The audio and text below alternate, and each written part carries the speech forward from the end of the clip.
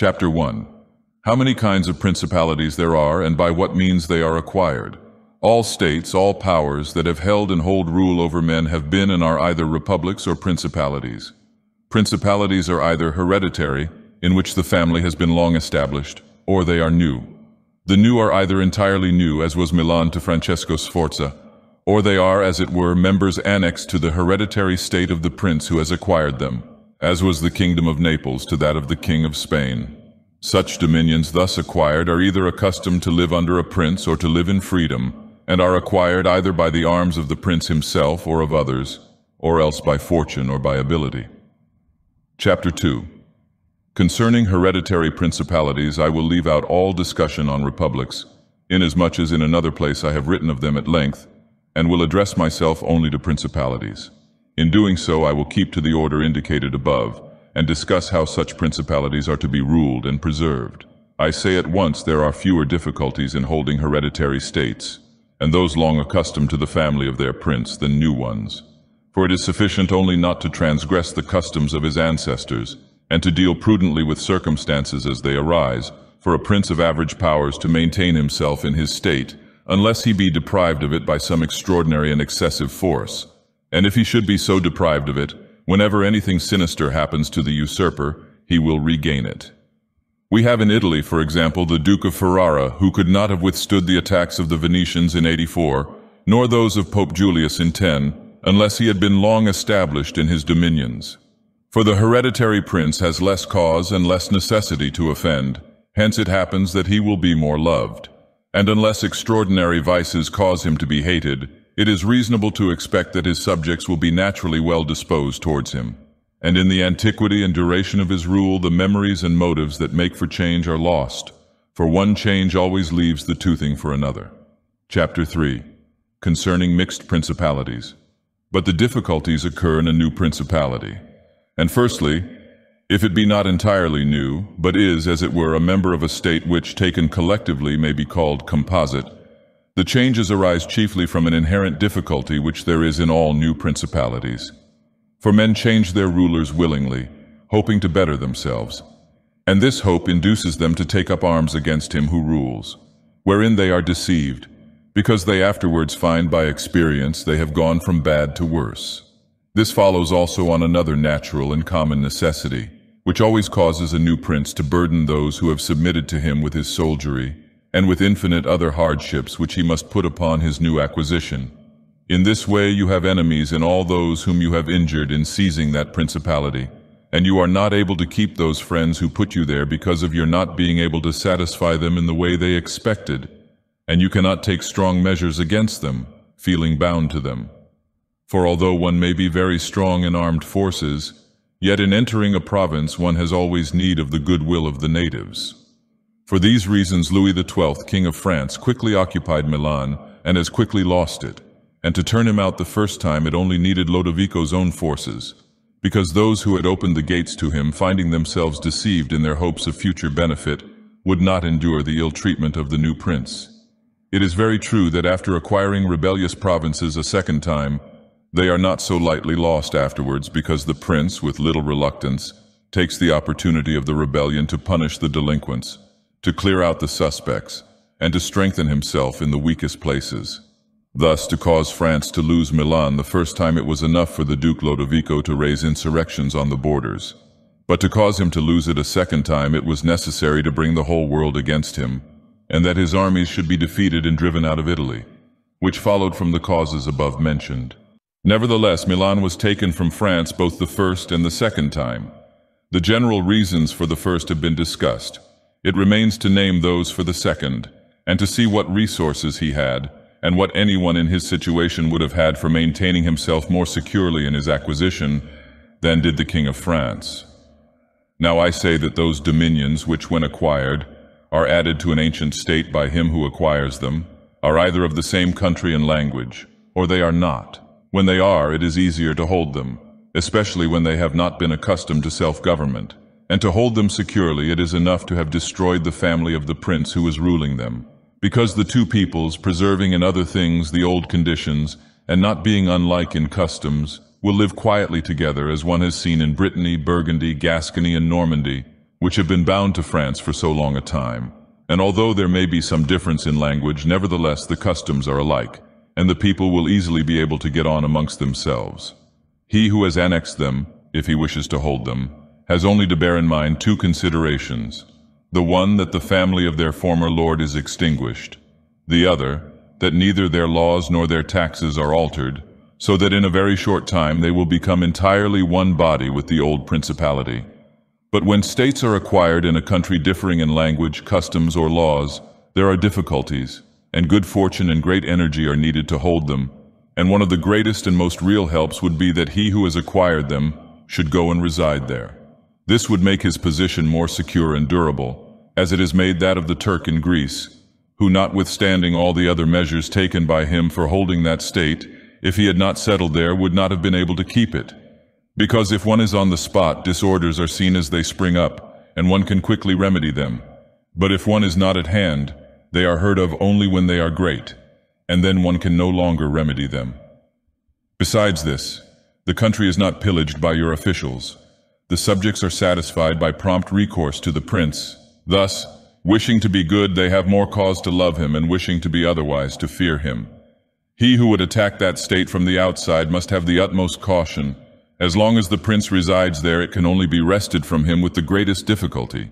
The other and better course is to send colonies to one or two places, which may be as keys to that state, for it is necessary either to do this or else to keep there a great number of cavalry and infantry. A prince does not spend much on colonies, for with little or no expense he can send them out and keep them there, and he offends a minority only of the citizens from whom he takes lands and houses to give them to the new inhabitants. And those whom he offends, remaining poor and scattered, are never able to injure him, whilst the rest, being uninjured, are easily kept quiet, and at the same time are anxious not to err for fear it should happen to them as it has to those who have been despoiled.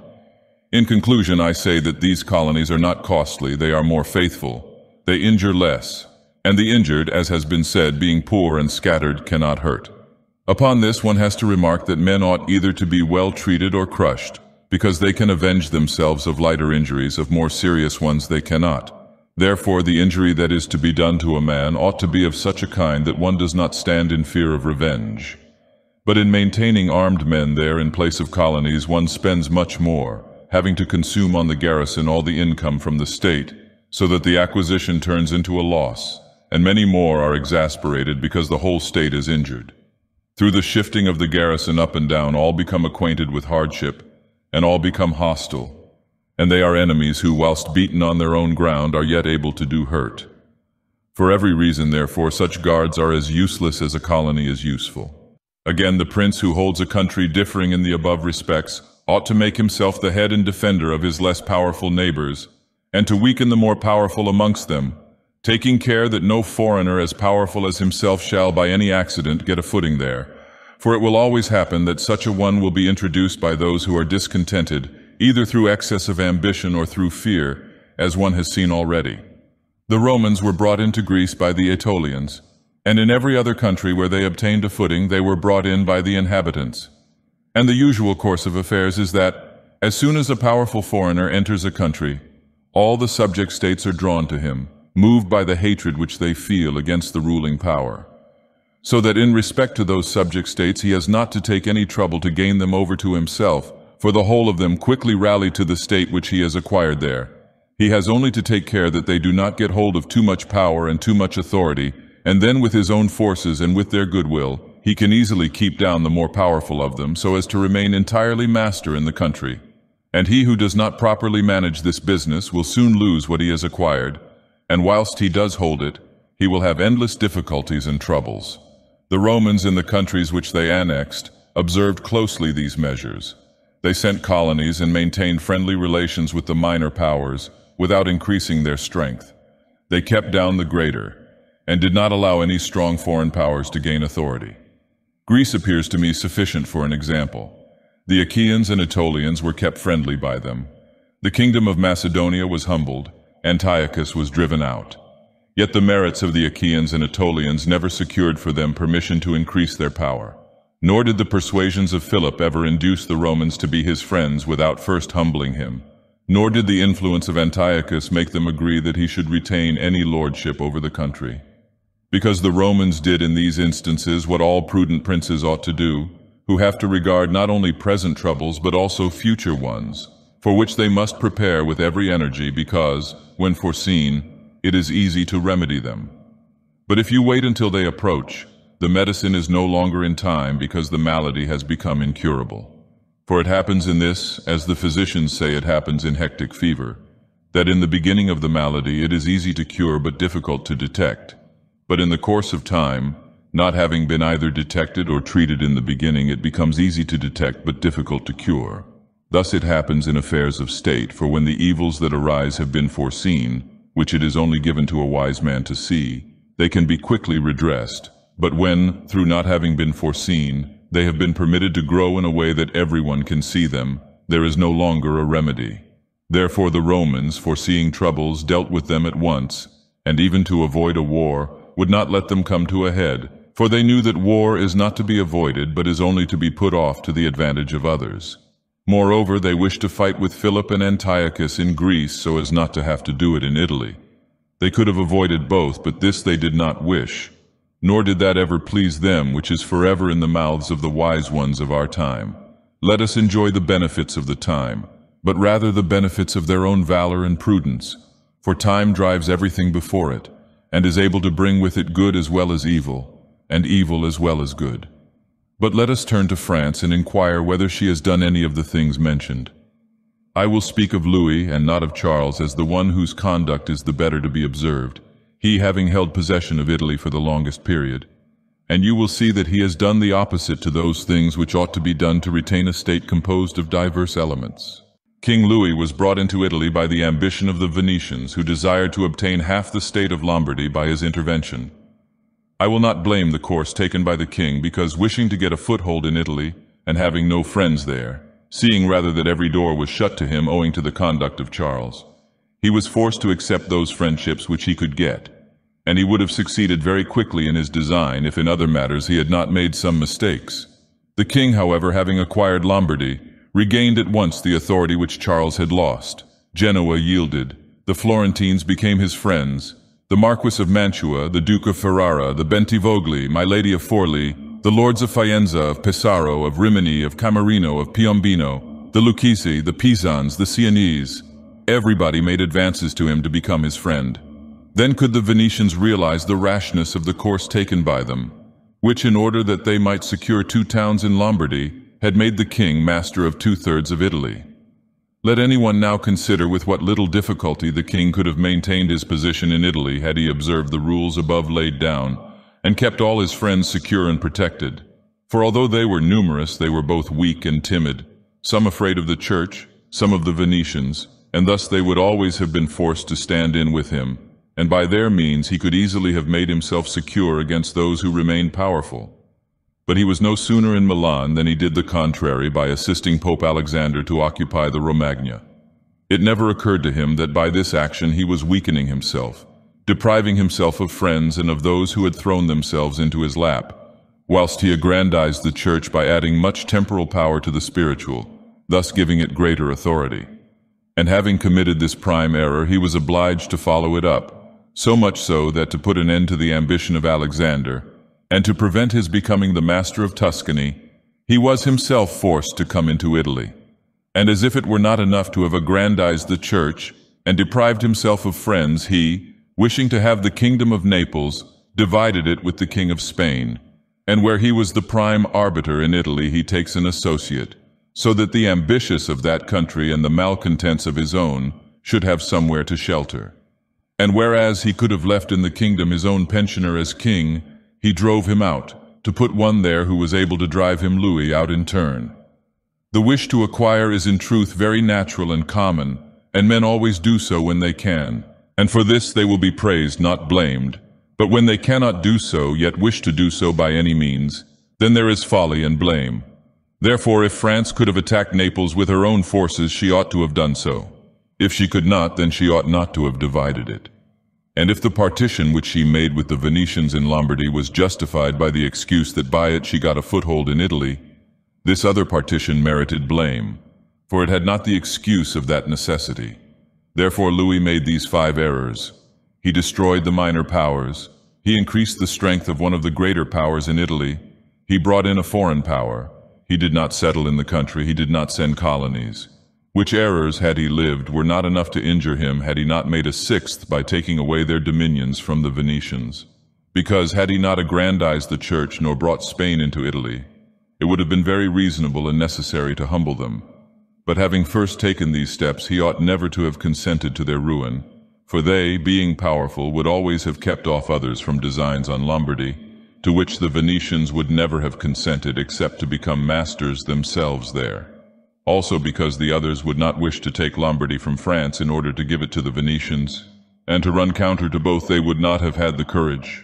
And if anyone should say, King Louis yielded the Romagna to Alexander and the kingdom to Spain to avoid war, I answer for the reasons given above that a blunder ought never to be perpetrated to avoid war, because it is not to be avoided, but is only deferred to your disadvantage. And if another should allege the pledge which the king had given to the Pope, that he would assist him in the enterprise, in exchange for the dissolution of his marriage, and for the cap to Rouen. To that I reply what I shall write later on concerning the faith of princes, and how it ought to be kept. Thus King Louis lost Lombardy by not having followed any of the conditions observed by those who have taken possession of countries and wish to retain them. Nor is there any miracle in this, but much that is reasonable and quite natural. And on these matters I spoke at Nantes with Rouen, when Valentino, as Cesare Borgia, the son of Pope Alexander was usually called, occupied the Romagna, and on Cardinal Rouen observing to me that the Italians did not understand war, I replied to him that the French did not understand statecraft, meaning that otherwise they would not have allowed the Church to reach such greatness. And in fact it has been seen that the greatness of the Church and of Spain and Italy has been caused by France, and her ruin may be attributed to them. From this a general rule is drawn which never or rarely fails, that he who is the cause of another becoming powerful is ruined, because that predominancy has been brought about either by astuteness or else by force, and both are distrusted by him who has been raised to power. Chapter 4. Why the kingdom of Darius, conquered by Alexander, did not rebel against the successors of Alexander at his death. Considering the difficulties which men have had to hold to a newly acquired state, some might wonder how, seeing that Alexander the Great became the master of Asia in a few years, and died whilst it was scarcely settled, whence it might appear reasonable that the whole empire would have rebelled. Nevertheless, his successors maintained themselves and had to meet no other difficulty than that which arose among themselves from their own ambitions. I answer that the principalities of which one has record are found to be governed in two different ways, either by a prince with a body of servants who assist him to govern the kingdom as ministers by his favor and permission, or by a prince and barons, who hold that dignity by antiquity of blood and not by the grace of the prince. Such barons have states and their own subjects who recognize them as lords and hold them in natural affection. Those states that are governed by a prince and his servants hold their prince in more consideration, because in all the country there is no one who is recognized as superior to him, and if they yield obedience to another, they do it as to a minister and official, and they do not bear him any particular affection. The examples of these two governments in our time are the Turk and the King of France. The entire monarchy of the Turk is governed by one lord, the others are his servants. And dividing his kingdom into sanjaks, he sends there different administrators and shifts and changes them as he chooses. But the King of France is placed in the midst of an ancient body of lords, acknowledged by their own subjects and beloved by them. They have their own prerogatives, nor can the king take these away except at his peril. Therefore, he who considers both of these states will recognize great difficulties in seizing the state of the Turk, but once it is conquered, great ease in holding it. The causes of the difficulties in seizing the kingdom of the Turk are that the usurper cannot be called in by the princes of the kingdom, nor can he hope to be assisted in his designs by the revolt of those whom the Lord has around him. This arises from the reasons given above. For his ministers, being all slaves and bondmen, can only be corrupted with great difficulty, and one can expect little advantage from them when they have been corrupted, as they cannot carry the people with them, for the reasons assigned. Hence, he who attacks the Turk must bear in mind that he will find him united, and he will have to rely more on his own strength than on the revolt of others. But if once the Turk has been conquered and routed in the field in such a way that he cannot replace his armies, there is nothing to fear but the family of this prince. And this being exterminated, there remains no one to fear the others having no credit with the people. And as the conqueror did not rely on them before his victory, so he ought not to fear them after it. The contrary happens in kingdoms governed like that of France, because one can easily enter there by gaining over some baron of the kingdom, for one always finds malcontents and such as desire a change. Such men, for the reasons given, can open the way into the state and render the victory easy. But if you wish to hold it afterwards, you meet with infinite difficulties, both from those who have assisted you and from those you have crushed. Nor is it enough for you to have exterminated the family of the prince, because the lords that remain make themselves the heads of fresh movements against you, and as you are unable either to satisfy or exterminate them, that state is lost whenever time brings the opportunity. Now if you will consider what was the nature of the government of Darius, you will find it similar to the kingdom of the Turk. And therefore it was only necessary for Alexander first to overthrow him in the field, and then to take the country from him. After which victory, Darius being killed, the state remained secure to Alexander for the above reasons.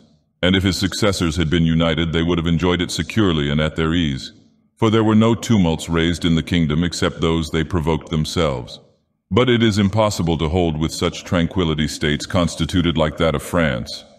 Hence arose those frequent rebellions against the Romans in Spain, France, and Greece, owing to the many principalities there were in these states, of which, as long as the memory of them endured, the Romans always held an insecure possession. But with the power and long continuance of the empire, the memory of them passed away, and the Romans then became secure possessors. And when fighting afterwards amongst themselves, each one was able to attach to himself his own parts of the country, according to the authority he had assumed there. And the family of the former lord being exterminated, none other than the Romans were acknowledged. When these things are remembered, no one will marvel at the ease with which Alexander held the empire of Asia, or at the difficulties which others have had to keep in acquisition, such as Pyrrhus and many more. This is not occasioned by the little or abundance of ability in the conqueror, but by the want of uniformity in the subject state. Chapter 5.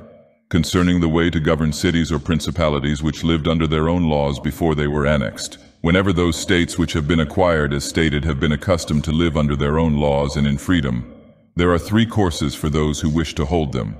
The first is to ruin them. The next is to reside there in person. The third is to permit them to live under their own laws, drawing a tribute, and establishing within it an oligarchy which will keep it friendly to you. Because such a government, being created by the prince, knows that it cannot stand without his friendship and interest, and does its utmost to support him. And therefore he who would keep a city accustomed to freedom will hold it more easily by the means of its own citizens than in any other way. There are, for example, the Spartans and the Romans. The Spartans held Athens and Thebes, establishing there an oligarchy. Nevertheless, they lost them. The Romans, in order to hold Capua, Carthage, and Numantia, dismantled them, and did not lose them. They wished to hold Greece as the Spartans held it, making it free and permitting its laws, and did not succeed.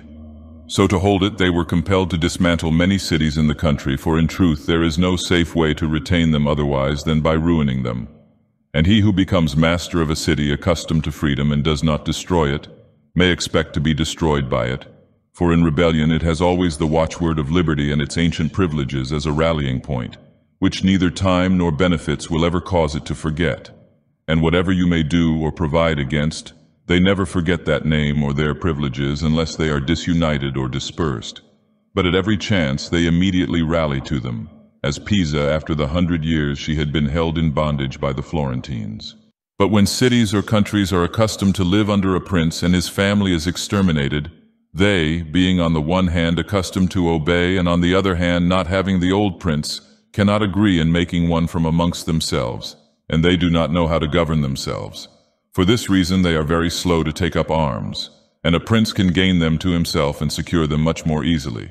But in republics there is more vitality, greater hatred, and more desire for vengeance, which will never permit them to allow the memory of their former liberty to rest, so that the safest way is to destroy them or to reside there. Chapter 6. Concerning new principalities which are acquired by one's own arms and ability. Let no one be surprised if in speaking of entirely new principalities as I shall do, I adduce the highest examples both of prince and of state, because men walking almost always in paths beaten by others, and following by imitation their deeds, are yet unable to keep entirely to the ways of others, or attain to the power of those they imitate. A wise man ought always to follow the paths beaten by great men, and to imitate those who have been supreme, so that if his ability does not equal theirs, at least it will savor of it. Let him act like the clever archers who, designing to hit the mark which yet appears too far distant, and knowing the limits to which the strength of their bow attains, take aim much higher than the mark, not to reach by their strength or arrow to so great a height, but to be able with the aid of so high an aim to hit the mark they wish to reach.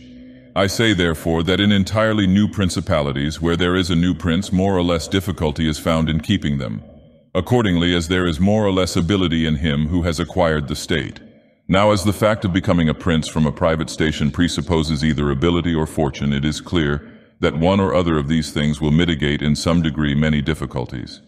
Nevertheless, he who has relied least on fortune is established the strongest. Further, it facilitates matters when the prince, having no other state, is compelled to reside there in person. But to come to those who, by their own ability and not through fortune, have risen to be princes, I say that Moses, Cyrus, Romulus, Theseus, and such like are the most excellent examples. And although one may not discuss Moses, he having been a mere executor of the will of God, yet he ought to be admired, if only for that favor which made him worthy to speak with God. But in considering Cyrus and others who have acquired or founded kingdoms, all will be found admirable. And if their particular deeds and conduct shall be considered, they will not be found inferior to those of Moses, although he had so great a preceptor. And in examining their actions and lives, one cannot see that they owed anything to fortune beyond opportunity, which brought them the material to mold into the form which seemed best to them. Without that opportunity, their powers of mind would have been extinguished, and without those powers, the opportunity would have come in vain. It was necessary, therefore, to Moses that he should find the people of Israel in Egypt enslaved and oppressed by the Egyptians, in order that they should be disposed to follow him so as to be delivered out of bondage. It was necessary that Romulus should not remain in Alba, and that he should be abandoned at his birth, in order that he should become king of Rome and founder of the fatherland. It was necessary that Cyrus should find the Persians discontented with the government of the Medes, and the Medes soft and effeminate through their long peace. Theseus could not have shown his ability had he not found the Athenians dispersed. These opportunities therefore made those men fortunate, and their high ability enabled them to recognize the opportunity whereby their country was ennobled and made famous. Those who by valorous ways become princes, like these men, acquire a principality with difficulty, but they keep it with ease. The difficulties they have in acquiring it rise in part from the new rules and methods which they are forced to introduce to establish their government and its security. And it ought to be remembered that there is nothing more difficult to take in hand, more perilous to conduct, or more uncertain in its success, than to take the lead in the introduction of a new order of things, because the innovator has for enemies all those who have done well under the old conditions, and lukewarm defenders in those who may do well under the new. This coolness arises partly from fear of the opponents, who have the laws on their side, and partly from the incredulity of men, who do not readily believe in new things until they have had a long experience of them. Thus it happens that whenever those who are hostile have the opportunity to attack, they do it like partisans, whilst the others defend lukewarmly in such wise that the prince is endangered along with them. It is necessary, therefore, if we desire to discuss this matter thoroughly, to inquire whether these innovators can rely on themselves or have to depend on others. That is to say, whether to consummate their enterprise, have they to use prayers or can they use force? In the first instance, they always succeed badly and never compass anything. But when they can rely on themselves and use force, then they are rarely endangered. Hence it is that all armed prophets have conquered, and the unarmed ones have been destroyed. Besides the reasons mentioned, the nature of the people is variable. And whilst it is easy to persuade them, it is difficult to fix them in that persuasion. And thus it is necessary to take such measures that, when they believe no longer, it may be possible to make them believe by force.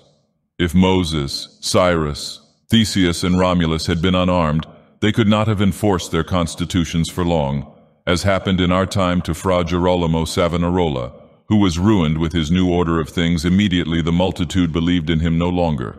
And he had no means of keeping steadfast those who believed or of making the unbelievers to believe. Therefore such as these have great difficulties in consummating their enterprise, for all their dangers are in the ascent, yet with ability they will overcome them. But when these are overcome and those who envied them their success are exterminated, they will begin to be respected, and they will continue afterwards powerful, secure, honored, and happy. To these great examples I wish to add a lesser one. Still it bears some resemblance to them, and I wish it to suffice me for all of a like kind. It is Hiero the Syracusan. This man rose from a private station to be Prince of Syracuse, nor did he either owe anything to fortune but opportunity. For the Syracusans, being oppressed, chose him for their captain. Afterwards he was rewarded by being made their prince.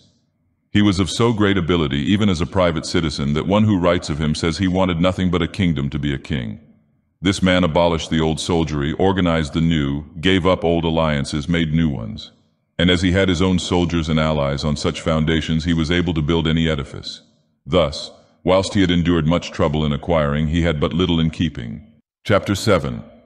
Concerning new principalities which are acquired either by the arms of others or by good fortune. Those who solely by good fortune become princes from being private citizens have little trouble in rising, but much in keeping atop. They have not any difficulties on the way up because they fly, but they have many when they reach the summit.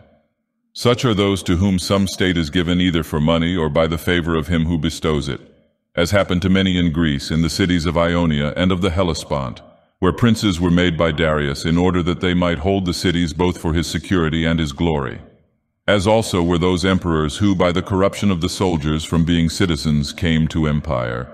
Such stand simply elevated upon the goodwill and the fortune of him who has elevated them, two most inconstant and unstable things. Neither have they the knowledge requisite for the position, because unless they are men of great worth and ability, it is not reasonable to expect that they should know how to command, having always lived in a private condition.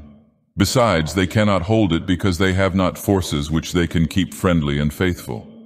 States that rise unexpectedly then, like all other things in nature which are born and grow rapidly, cannot leave their foundations and correspondencies fixed in such a way that the first storm will not overthrow them. Unless, as is said, those who unexpectedly become princes are men of so much ability that they know they have to be prepared at once to hold that which fortune has thrown into their laps, and that those foundations, which others have laid before they became princes, they must lay afterwards. Concerning these two methods of rising to be a prince by ability or fortune, I wish to adduce two examples within our own recollection, and these are Francesco Sforza and Cesare Borgia. Francesco, by proper means and with great ability from being a private person, rose to be Duke of Milan, and that which he had acquired with 1,000 anxieties he kept with little trouble. On the other hand, Cesare Borgia, called by the people Duke Valentino, acquired his state during the ascendancy of his father, and on its decline he lost it, notwithstanding that he had taken every measure and done all that ought to be done by a wise and able man to fix firmly his roots in the states which the arms and fortunes of others had bestowed on him. Because, as is stated above, he who has not first laid his foundations may be able with great ability to lay them afterwards, but they will be laid with trouble to the architect and danger to the building. If therefore all the steps taken by the Duke be considered, it will be seen that he laid solid foundations for his future power, and I do not consider it superfluous to discuss them, because I do not know what better precepts to give a new prince than the example of his actions. And if his dispositions were of no avail, that was not his fault, but the extraordinary and extreme malignity of fortune. Alexander VI, in wishing to aggrandize the Duke his son, had many immediate and prospective difficulties. Firstly, he did not see his way to make him master of any state that was not a state of the Church. And if he was willing to rob the Church, he knew that the Duke of Milan and the Venetians would not consent, because Faenza and Rimini were already under the protection of the Venetians. Besides this, he saw the arms of Italy, especially those by which he might have been assisted, in hands that would fear the aggrandizement of the Pope, namely the Orsini and the Colonnesus and their following. It behooved him, therefore, to upset this state of affairs and embroil the powers, so as to make himself securely master of part of their states. This was easy for him to do, because he found the Venetians, moved by other reasons, inclined to bring back the French into Italy. He would not only not oppose this, but he would render it more easy by dissolving the former marriage of King Louis. Therefore the king came into Italy with the assistance of the Venetians and the consent of Alexander. He was no sooner in Milan than the Pope had soldiers from him for the attempt on the Romagna, which yielded to him on the reputation of the king. The Duke, therefore, having acquired the Romagna and beaten the Colonnesi, while wishing to hold that and to advance further, was hindered by two things. The one, his forces did not appear loyal to him; the other, the goodwill of France. That is to say, he feared that the forces of the Orsini, which he was using, would not stand to him, that not only might they hinder him from winning more, but might themselves seize what he had won, and that the king might also do the same. Of the Orsini he had a warning when, after taking Faenza and attacking Bologna, he saw them go very unwillingly to that attack.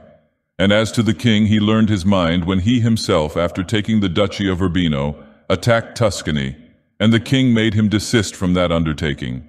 Hence the Duke decided to depend no more upon the arms and the luck of others. For the first thing, he weakened the Orsini and Colonnesan parties in Rome by gaining to himself all their adherents who were gentlemen, making them his gentlemen, giving them good pay, and according to their rank, honoring them with office and command in such a way that in a few months all attachment to the factions was destroyed and turned entirely to the Duke. After this he awaited an opportunity to crush the Orsini, having scattered the adherents of the Colonna house. This came to him soon, and he used it well, for the Orsini, perceiving at length that the aggrandizement of the Duke and the Church was ruin to them, called a meeting of the Magione in Perugia. From this sprung the rebellion at Urbino, and the tumults in the Romagna, with endless dangers to the Duke, all of which he overcame with the help of the French. Having restored his authority, not to leave it at risk by trusting either to the French or other outside forces, he had recourse to his wiles, and he knew so well how to conceal his mind that by the mediation of Signor Pagolo, whom the Duke did not fail to secure with all kinds of attention, giving him money, apparel, and horses, the Orsini were reconciled so that their simplicity brought them into his power at Sinigalia. Having exterminated the leaders and turned their partisans into his friends, the Duke laid sufficiently good foundations to his power, having all the Romagna and the Duchy of Urbino, and the people now beginning to appreciate their prosperity, he gained them all over to himself. And as this point is worthy of notice and to be imitated by others, I am not willing to leave it out. When the Duke occupied the Romagna, he found it under the rule of weak masters, who rather plundered their subjects than ruled them, and gave them more cause for disunion than for union, so that the country was full of robbery, quarrels, and every kind of violence. And so, wishing to bring back peace and obedience to authority, he considered it necessary to give it a good governor. Thereupon he promoted Messer Ramiro d'Orco, a swift and cruel man to whom he gave the fullest power. This man in a short time restored peace and unity with the greatest success. Afterwards the Duke considered that it was not advisable to confer such excessive authority, for he had no doubt but that he would become odious. So he set up a court of judgment in the country, under a most excellent president, wherein all cities had their advocates. And because he knew that the past severity had caused some hatred against himself, so to clear himself in the minds of the people and gain them entirely to himself, he desired to show that if any cruelty had been practiced, it had not originated with him, but in the natural sternness of the minister. Under this pretense he took Ramiro, and one morning caused him to be executed and left on the piazza at Cesena, with the block and a bloody knife at his side. The barbarity of this spectacle caused the people to be at once satisfied and dismayed. But let us return whence we started. I say that the Duke, finding himself now sufficiently powerful and partly secured from immediate dangers by having armed himself in his own way, and having in a great measure crushed those forces in his vicinity that could injure him if he wished to proceed with his conquest, had next to consider France. For he knew that the king, who too late was aware of his mistake, would not support him. And from this time he began to seek new alliances and to temporize with France in the expedition which she was making towards the kingdom of Naples against the Spaniards who were besieging Gaeta. It was his intention to secure himself against them, and this he would have quickly accomplished had Alexander lived. Such was his line of action as to present affairs. But as to the future, he had to fear in the first place that a new successor to the Church might not be friendly to him, and might seek to take from him that which Alexander had given him. So he decided to act in 4 ways. Firstly, by exterminating the families of those lords whom he had despoiled so as to take away that pretext from the Pope. Secondly, by winning to himself all the gentlemen of Rome so as to be able to curb the Pope with their aid, as has been observed. Thirdly, by converting the college more to himself. Fourthly, by acquiring so much power before the Pope should die that he could by his own measures resist the first shock. Of these four things at the death of Alexander he had accomplished three, for he had killed as many of the dispossessed lords as he could lay hands on, and few had escaped. He had won over the Roman gentlemen, and he had the most numerous party in the college. And as to any fresh acquisition, he intended to become master of Tuscany, for he already possessed Perugia and Piombino, and Pisa was under his protection. And as he had no longer to study France, for the French were already driven out of the kingdom of Naples by the Spaniards, and in this way both were compelled to buy his goodwill, he pounced down upon Pisa. After this, Lucca and Siena yielded at once, partly through hatred and partly through fear of the Florentines. And the Florentines would have had no remedy had he continued to prosper as he was prospering the year that Alexander died. For he had acquired so much power and reputation that he would have stood by himself, and no longer have depended on the luck and the forces of others, but solely on his own power and ability. But Alexander died 5 years after he had first drawn the sword. He left the Duke with the state of Romagna alone, consolidated with the rest in the air between two most powerful hostile armies, and sick unto death. Yet there were in the Duke such boldness and ability, and he knew so well how men are to be won or lost, and so firm were the foundations which in so short a time he had laid, that if he had not had those armies on his back, or if he had been in good health, he would have overcome all difficulties. And it is seen that his foundations were good, for the Romagna awaited him for more than a month. In Rome, although but half alive, he remained secure, and whilst the Baglioni, the Vitelli, and the Orsini might come to Rome, they could not effect anything against him. If he could not have made Pope him whom he wished, at least the one whom he did not wish would not have been elected. But if he had been in sound health at the death of Alexander, everything would have been different to him. On the day that Julius II was elected, he told me that he had thought of everything that might occur at the death of his father, and had provided a remedy for all, except that he had never anticipated that, when the death did happen, he himself would be on the point to die. When all the actions of the Duke are recalled, I do not know how to blame him, but rather it appears to be, as I have said, that I ought to offer him for imitation to all those who, by the fortune or the arms of others, are raised to government. Because he, having a lofty spirit and far-reaching aims, could not have regulated his conduct otherwise, and only the shortness of the life of Alexander and his own sickness frustrated his designs. Therefore he who considers it necessary to secure himself in his new principality, to win friends, to overcome either by force or fraud, to make himself beloved and feared by the people, to be followed and revered by the soldiers, to exterminate those who have power or reason to hurt him, to change the old order of things for new, to be severe and gracious, magnanimous and liberal, to destroy a disloyal soldiery and to create new, to maintain friendship with kings and princes in such a way that they must help him with zeal and offend with caution, cannot find a more lively example than the actions of this man. Only can he be blamed for the election of Julius II, in whom he made a bad choice, because, as is said, not being able to elect a pope to his own mind, he could have hindered any other from being elected pope.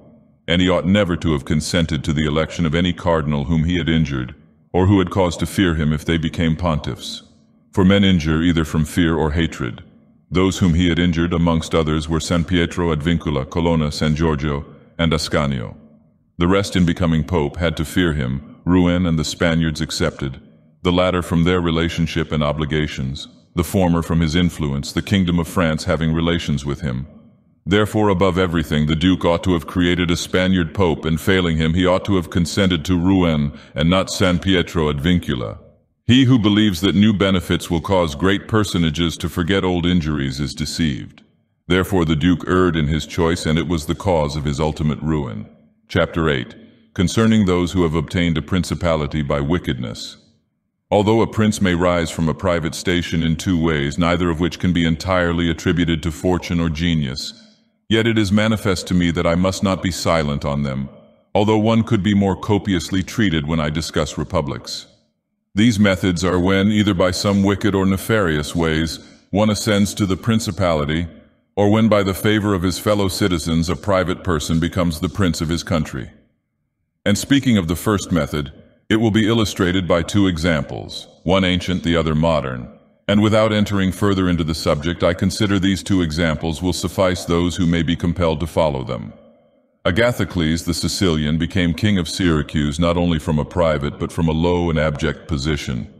This man, the son of a potter, through all the changes in his fortunes always led an infamous life. Nevertheless, he accompanied his infamies with so much ability of mind and body that, having devoted himself to the military profession, he rose through its ranks to be praetor of Syracuse.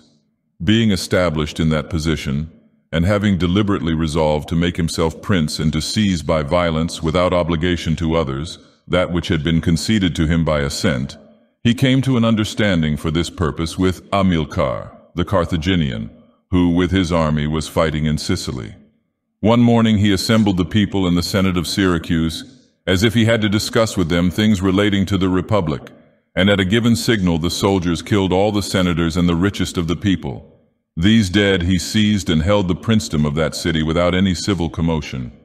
And although he was twice routed by the Carthaginians and ultimately besieged, yet not only was he able to defend his city, but leaving part of his men for its defense, with the others he attacked Africa and in a short time raised the siege of Syracuse. The Carthaginians, reduced to extreme necessity, were compelled to come to terms with Agathocles, and leaving Sicily to him, had to be content with the possession of Africa. Therefore, he who considers the actions and the genius of this man will see nothing or little which can be attributed to fortune, inasmuch as he attained preeminence, as is shown above, not by the favor of anyone, but step by step in the military profession, which steps were gained with 1,000 troubles and perils, and were afterwards boldly held by him with many hazardous dangers. Yet it cannot be called talent to slay fellow citizens, to deceive friends, to be without faith, without mercy, without religion. Such methods may gain empire, but not glory.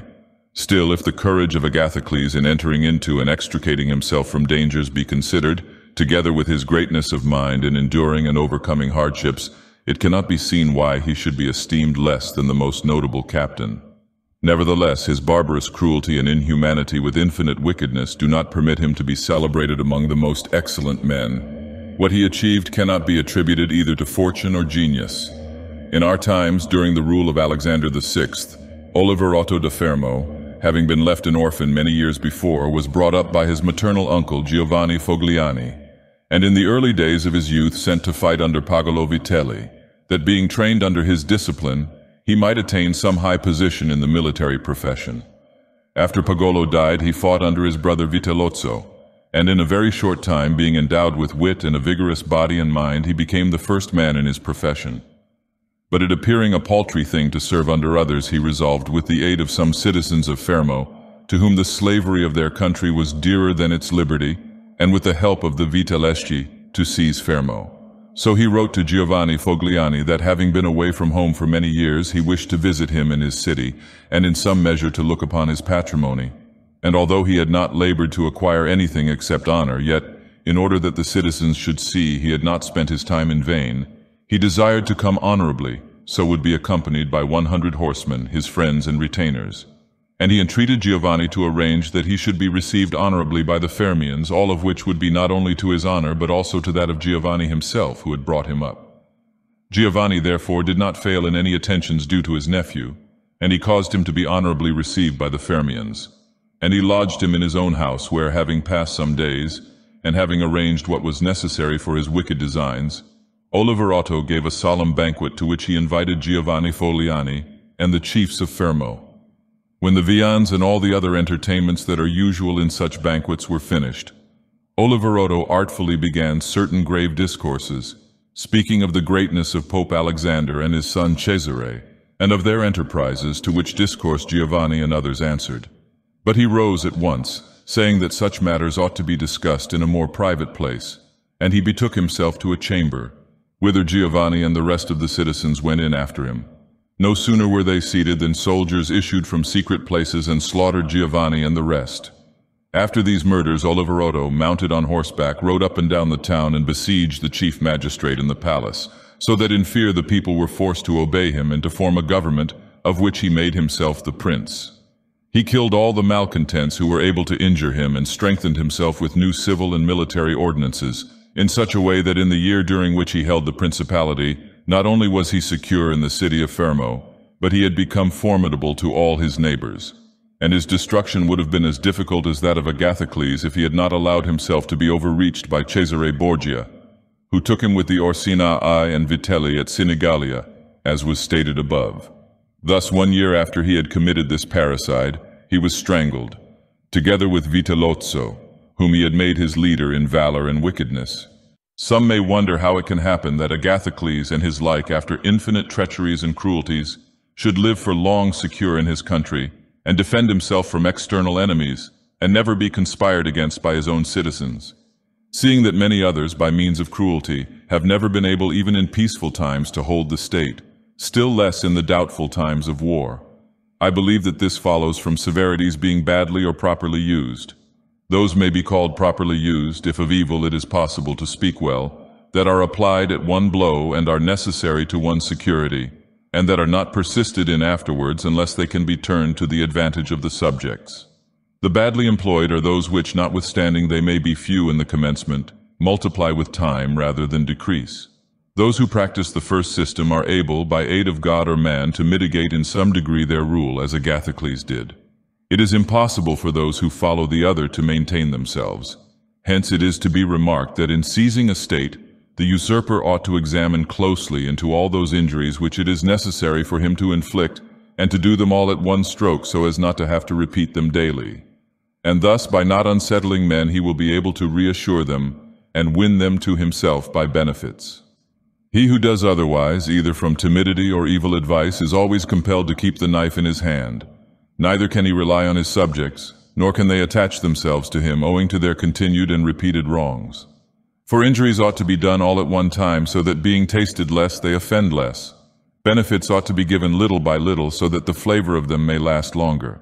And above all things, a prince ought to live amongst his people in such a way that no unexpected circumstances, whether of good or evil, shall make him change.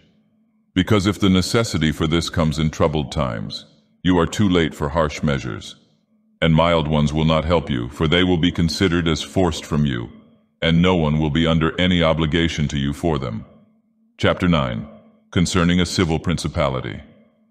But coming to the other point, where a leading citizen becomes the prince of his country not by wickedness or any intolerable violence, but by the favor of his fellow citizens, this may be called a civil principality.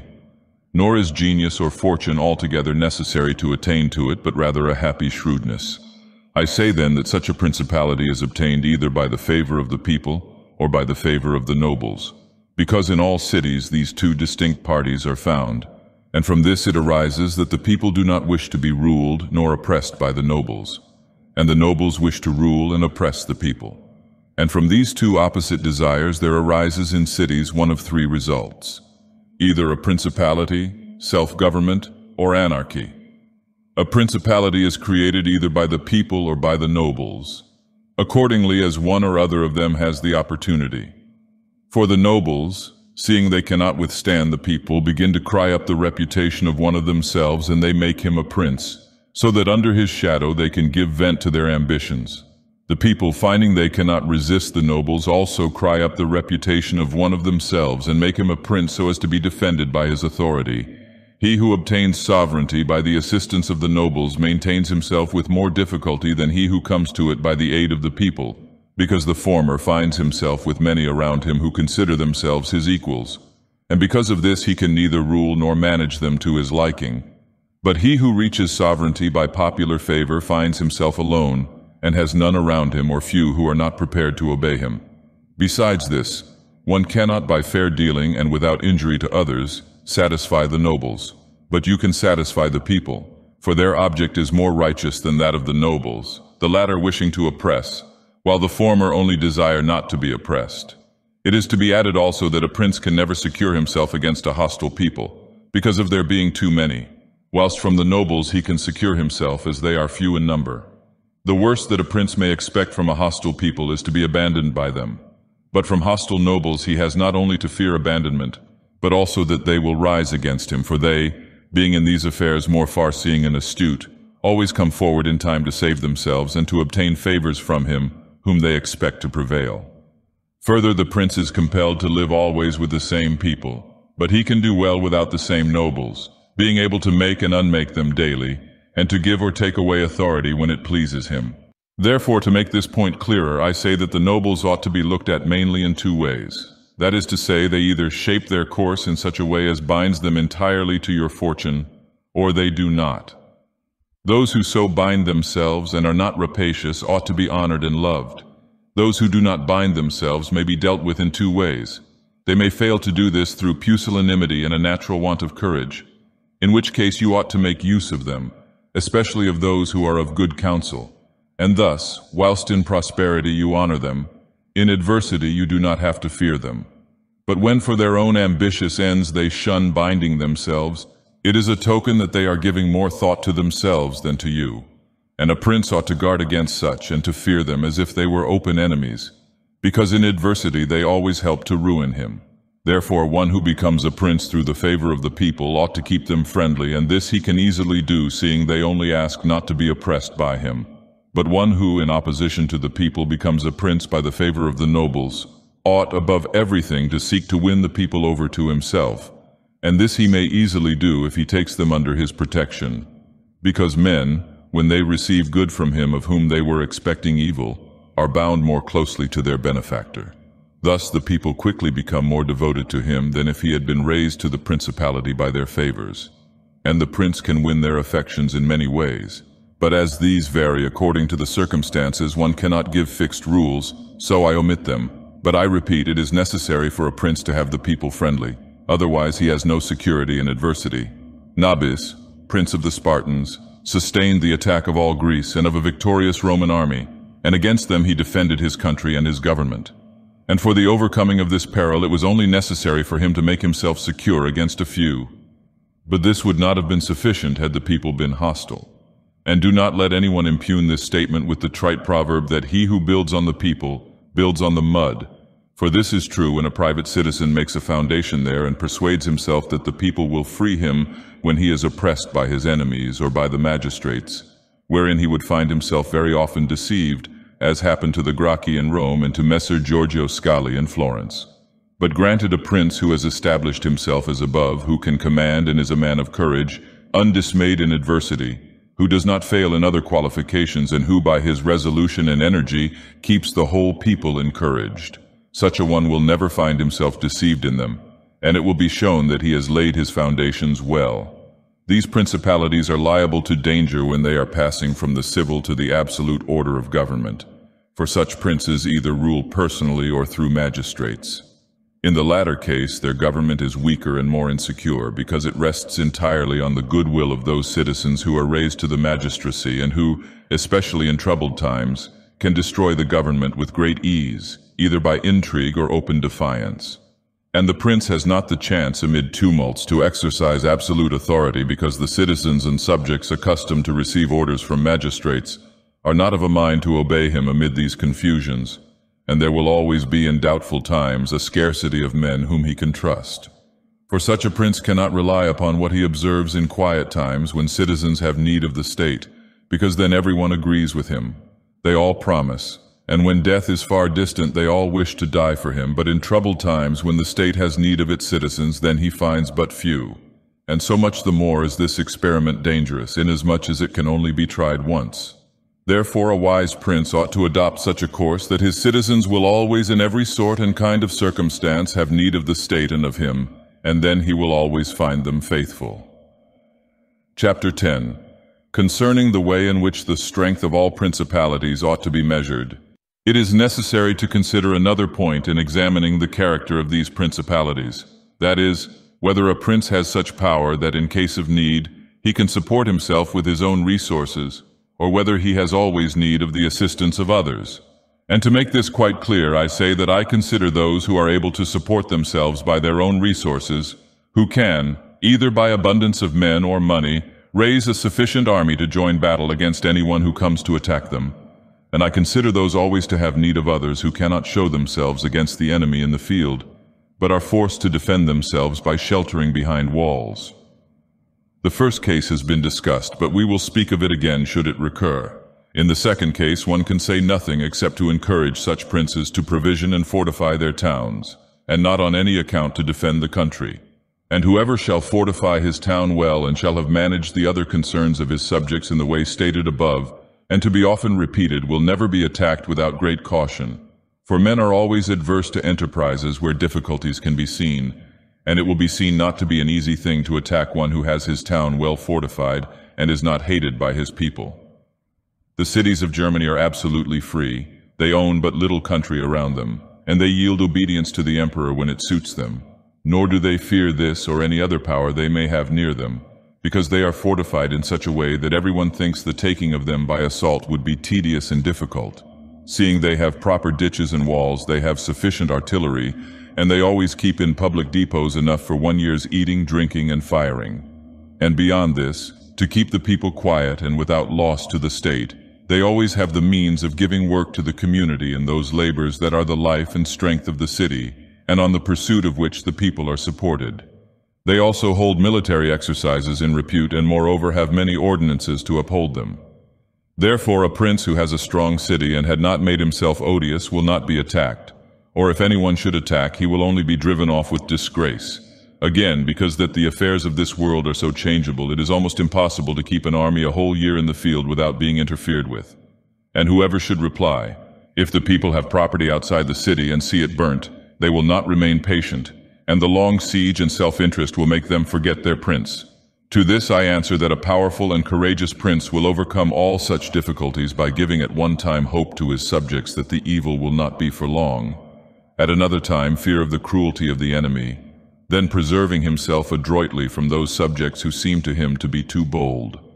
Further, the enemy would naturally on his arrival at once burn and ruin the country at the time when the spirits of the people are still hot and ready for the defense, and therefore so much the less ought the prince to hesitate, because after a time when spirits have cooled, the damage is already done, the ills are incurred, and there is no longer any remedy, and therefore they are so much the more ready to unite with their prince, he appearing to be under obligations to them now that their houses have been burnt and their possessions ruined in his defense.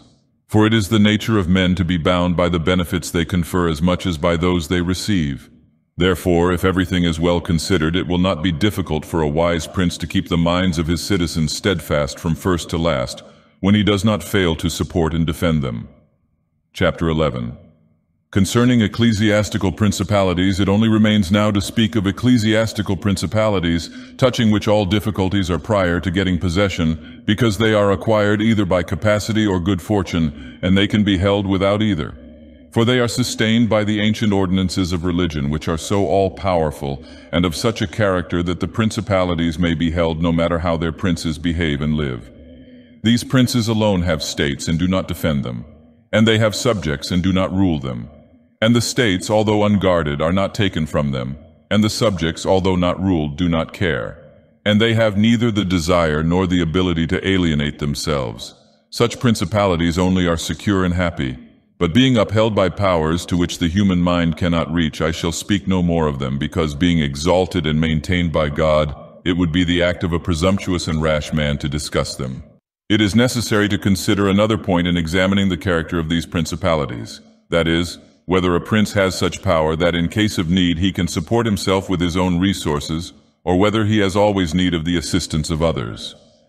And to make this quite clear, I say that I consider those who are able to support themselves by their own resources, who can, either by abundance of men or money, raise a sufficient army to join battle against anyone who comes to attack them. And I consider those always to have need of others who cannot show themselves against the enemy in the field, but are forced to defend themselves by sheltering behind walls.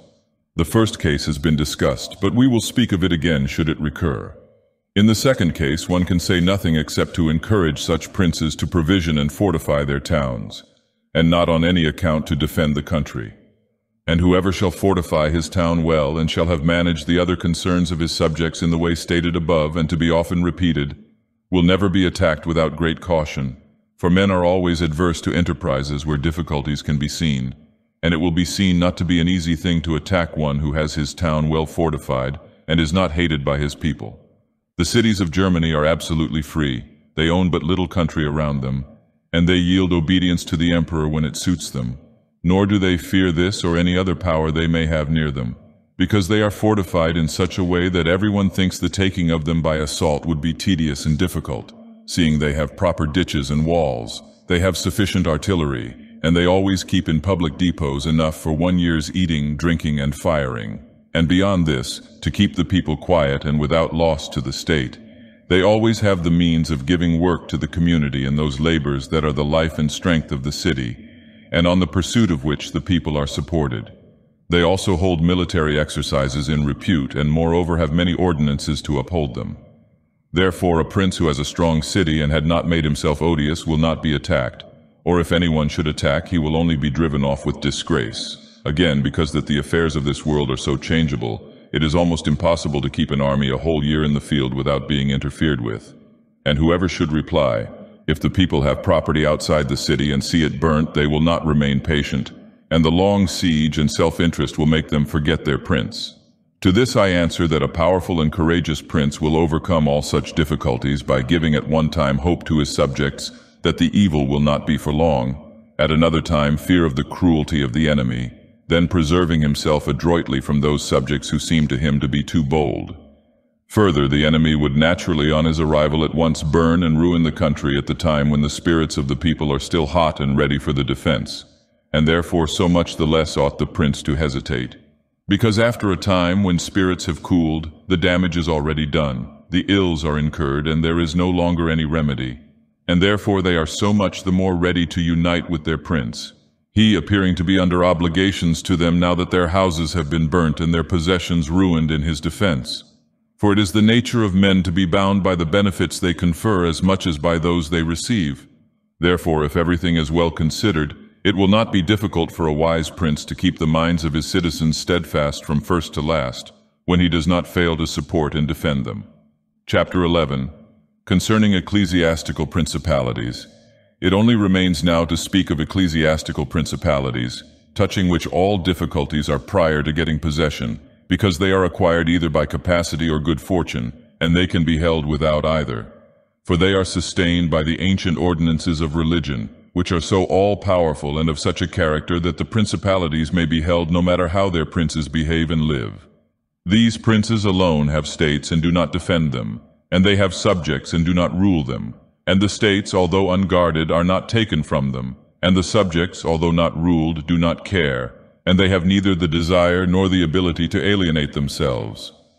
Such principalities only are secure and happy, but being upheld by powers to which the human mind cannot reach, I shall speak no more of them, because being exalted and maintained by God, it would be the act of a presumptuous and rash man to discuss them. Chapter 12. How many kinds of soldiery there are, and concerning mercenaries, having discoursed particularly on the characteristics of such principalities, as in the beginning I proposed to discuss, and having considered in some degree the causes of their being good or bad, and having shown the methods by which many have sought to acquire them and to hold them, it now remains for me to discuss generally the means of offense and defense which belong to each of them. We have seen above how necessary it is for a prince to have his foundations well laid, otherwise it follows of necessity he will go to ruin. The chief foundations of all states, new as well as old or composite, are good laws and good arms. And as there cannot be good laws where the state is not well armed, it follows that where they are well armed they have good laws. I shall leave the laws out of the discussion and shall speak of the arms. I say therefore that the arms with which a prince defends his state are either his own, or they are mercenaries, auxiliaries, or mixed. Mercenaries and auxiliaries are useless and dangerous, and if one holds his state based on these arms, he will stand neither firm nor safe. For they are disunited, ambitious, and without discipline, unfaithful, valiant before friends, cowardly before enemies. They have neither the fear of God nor fidelity to men, and destruction is deferred only so long as the attack is. For in peace one is robbed by them, and in war by the enemy. The fact is, they have no other attraction or reason for keeping the field than a trifle of stipend, which is not sufficient to make them willing to die for you. They are ready enough to be your soldiers whilst you do not make war. But if war comes, they take themselves off or run from the foe, which I should have little trouble to prove. For the ruin of Italy has been caused by nothing else than by resting all her hopes for many years on mercenaries, and although they formerly made some display and appeared valiant amongst themselves, yet when the foreigners came they showed what they were. Thus it was that Charles, King of France, was allowed to seize Italy with chalk in hand, and he who told us that our sins were the cause of it told the truth, but they were not the sins he imagined, but those which I have related. And as they were the sins of princes, it is the princes who have also suffered the penalty. With chalk in hand, col gesso. This is one of the bons mots of Alexander VI and refers to the ease with which Charles VIII seized Italy, implying that it was only necessary for him to send his quartermasters to chalk up the billets for his soldiers to conquer the country. Cf. The History of Henry VII by Lord Bacon. King Charles had conquered the realm of Naples and lost it again in a kind of a felicity of a dream. He passed the whole length of Italy without resistance, so that it was true what Pope Alexander was wont to say, that the Frenchmen came into Italy with chalk in their hands to mark up their lodgings rather than with swords to fight. I wish to demonstrate further the infelicity of these arms. The mercenary captains are either capable men or they are not. If they are, you cannot trust them, because they always aspire to their own greatness, either by oppressing you, who are their master, or others contrary to your intentions. But if the captain is not skillful, you are ruined in the usual way. And if it be urged that whoever is armed will act in the same way, whether mercenary or not, I reply that when arms have to be resorted to, either by a prince or a republic, then the prince ought to go in person and perform the duty of a captain.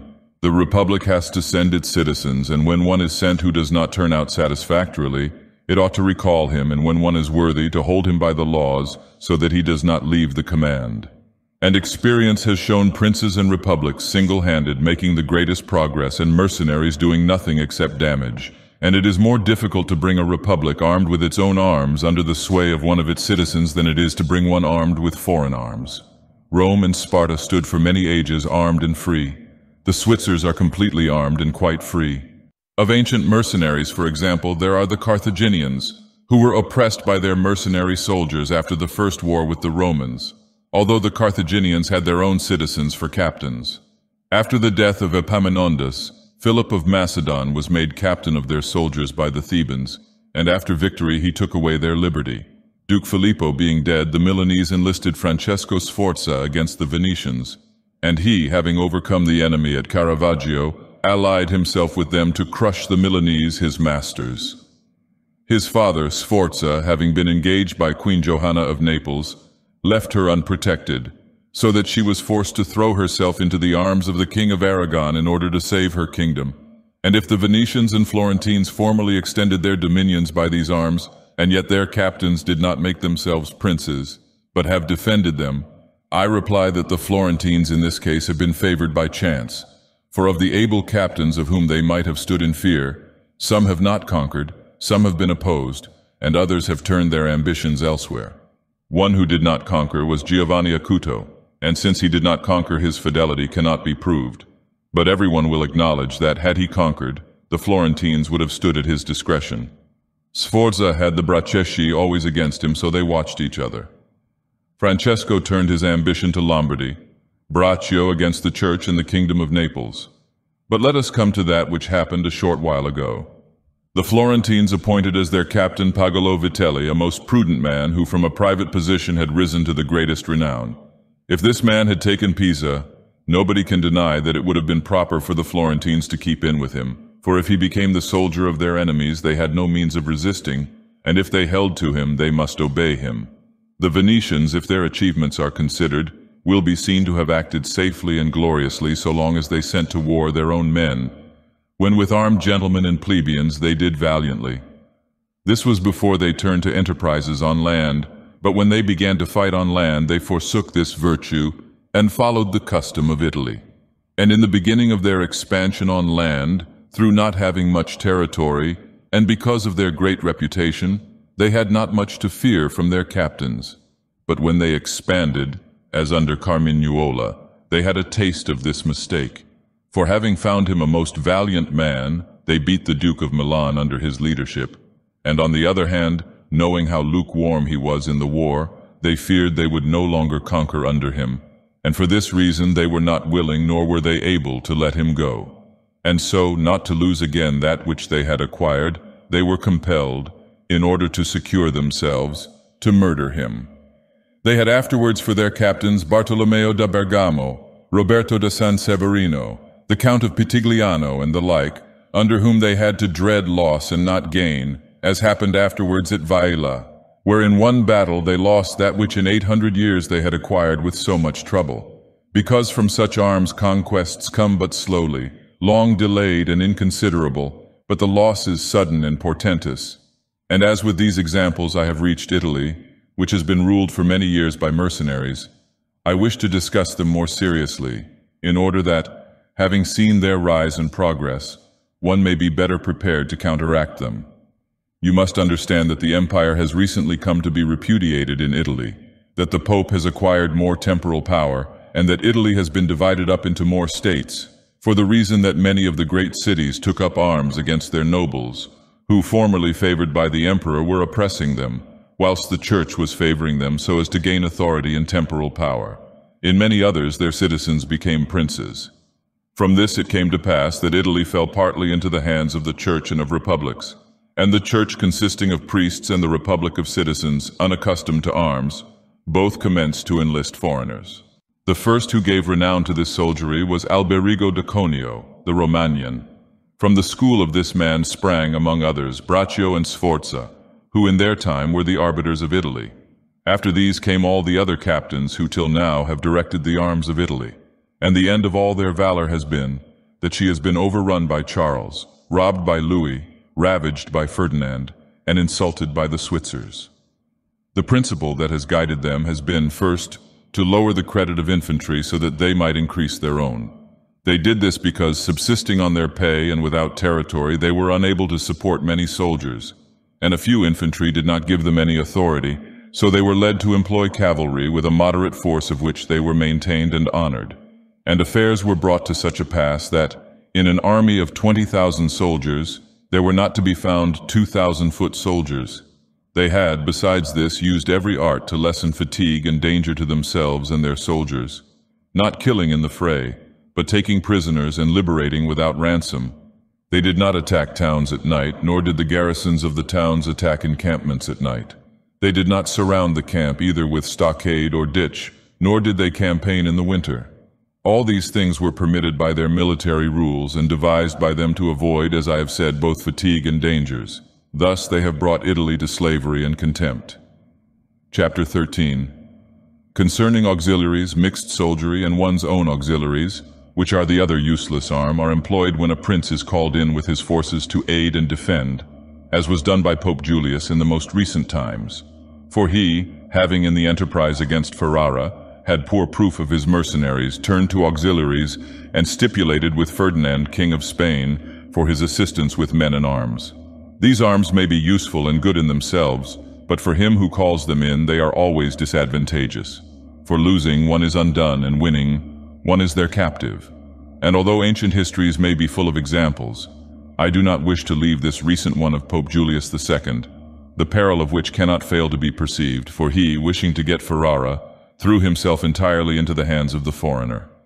But his good fortune brought about a third event, so that he did not reap the fruit of his rash choice, because having his auxiliaries routed at Ravenna, and the Switzers having risen and driven out the conquerors, against all expectation both his and others, it so came to pass that he did not become prisoner to his enemies, they having fled, nor to his auxiliaries, he having conquered by other arms than theirs. The Florentines, being entirely without arms, sent 10,000 Frenchmen to take Pisa, whereby they ran more danger than at any other time of their troubles. The Emperor of Constantinople, to oppose his neighbors, sent 10,000 Turks into Greece, who on the war being finished were not willing to quit. This was the beginning of the servitude of Greece to the infidels. Therefore let him who has no desire to conquer make use of these arms, for they are much more hazardous than mercenaries, because with them the ruin is ready made. They are all united, all yield obedience to others. But with mercenaries, when they have conquered, more time and better opportunities are needed to injure you.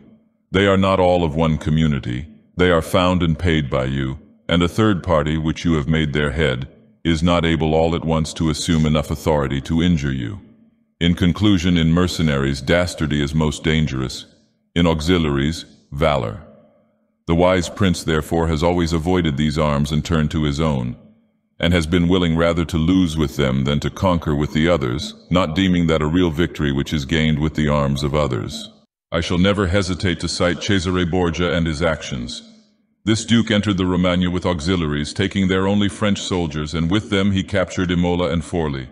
But afterwards, such forces not appearing to him reliable, He turned to mercenaries, discerning less danger in them, and enlisted the Orsini and Vitelli, whom presently, on handling and finding them doubtful, unfaithful, and dangerous, he destroyed and turned to his own men. And the difference between one and the other of these forces can easily be seen when one considers the difference there was in the reputation of the Duke, when he had the French, when he had the Orsini and Vitelli, and when he relied on his own soldiers, on whose fidelity he could always count and found it ever increasing. He was never esteemed more highly than when everyone saw that he was complete master of his own forces. I was not intending to go beyond Italian and recent examples, but I'm unwilling to leave out Hiero the Syracusan, he being one of those I have named above. This man, as I have said, made head of the army by the Syracusans, soon found out that a mercenary soldiery, constituted like our Italian condottieri, was of no use, and it appearing to him that he could neither keep them nor let them go, he had them all cut to pieces, and afterwards made war with his own forces and not with aliens. I wish also to recall to memory an instance from the Old Testament applicable to this subject. David offered himself to Saul to fight with Goliath, the Philistine champion, and to give him courage, Saul armed him with his own weapons, which David rejected as soon as he had them on his back, saying he could make no use of them, and that he wished to meet the enemy with his sling and his knife. In conclusion, the arms of others either fall from your back, or they weigh you down, or they bind you fast.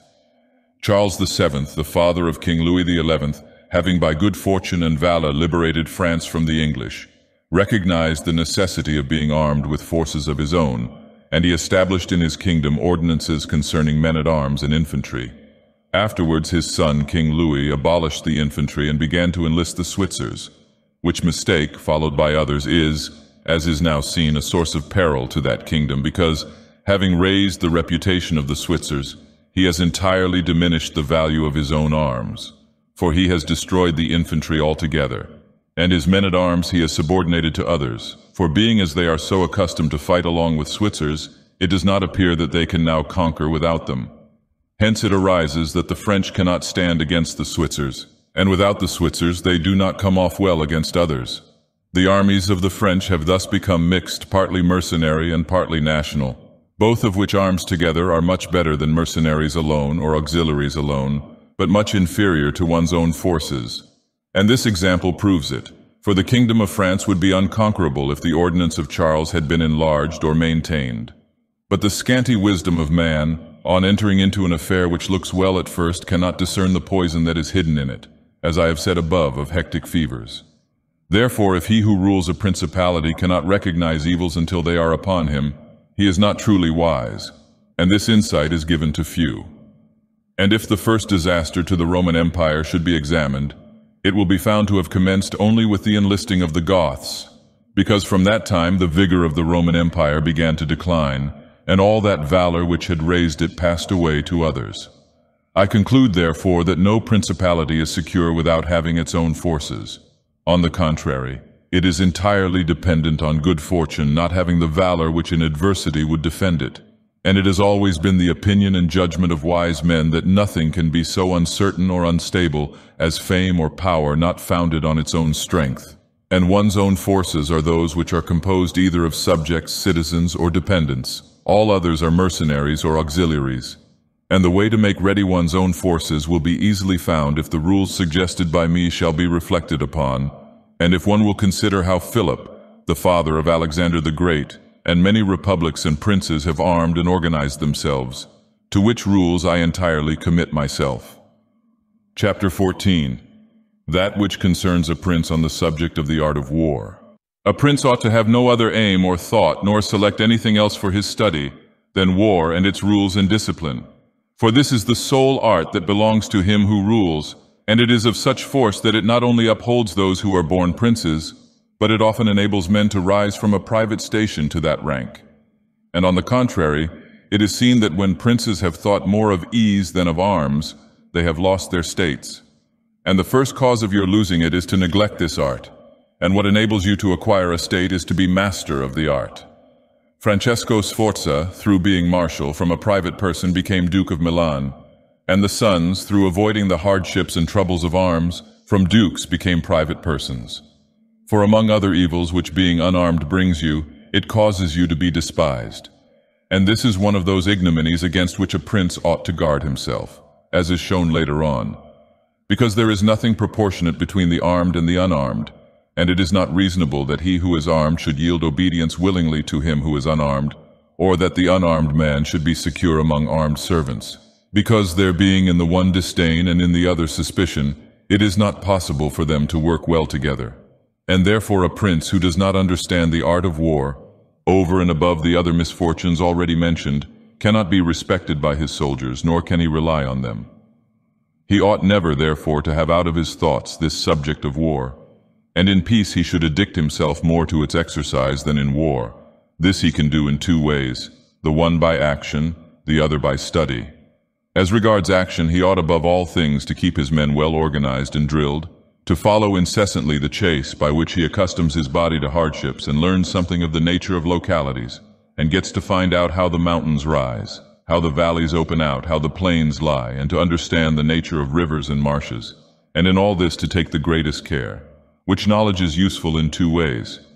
Firstly, he learns to know his country and is better able to undertake its defense.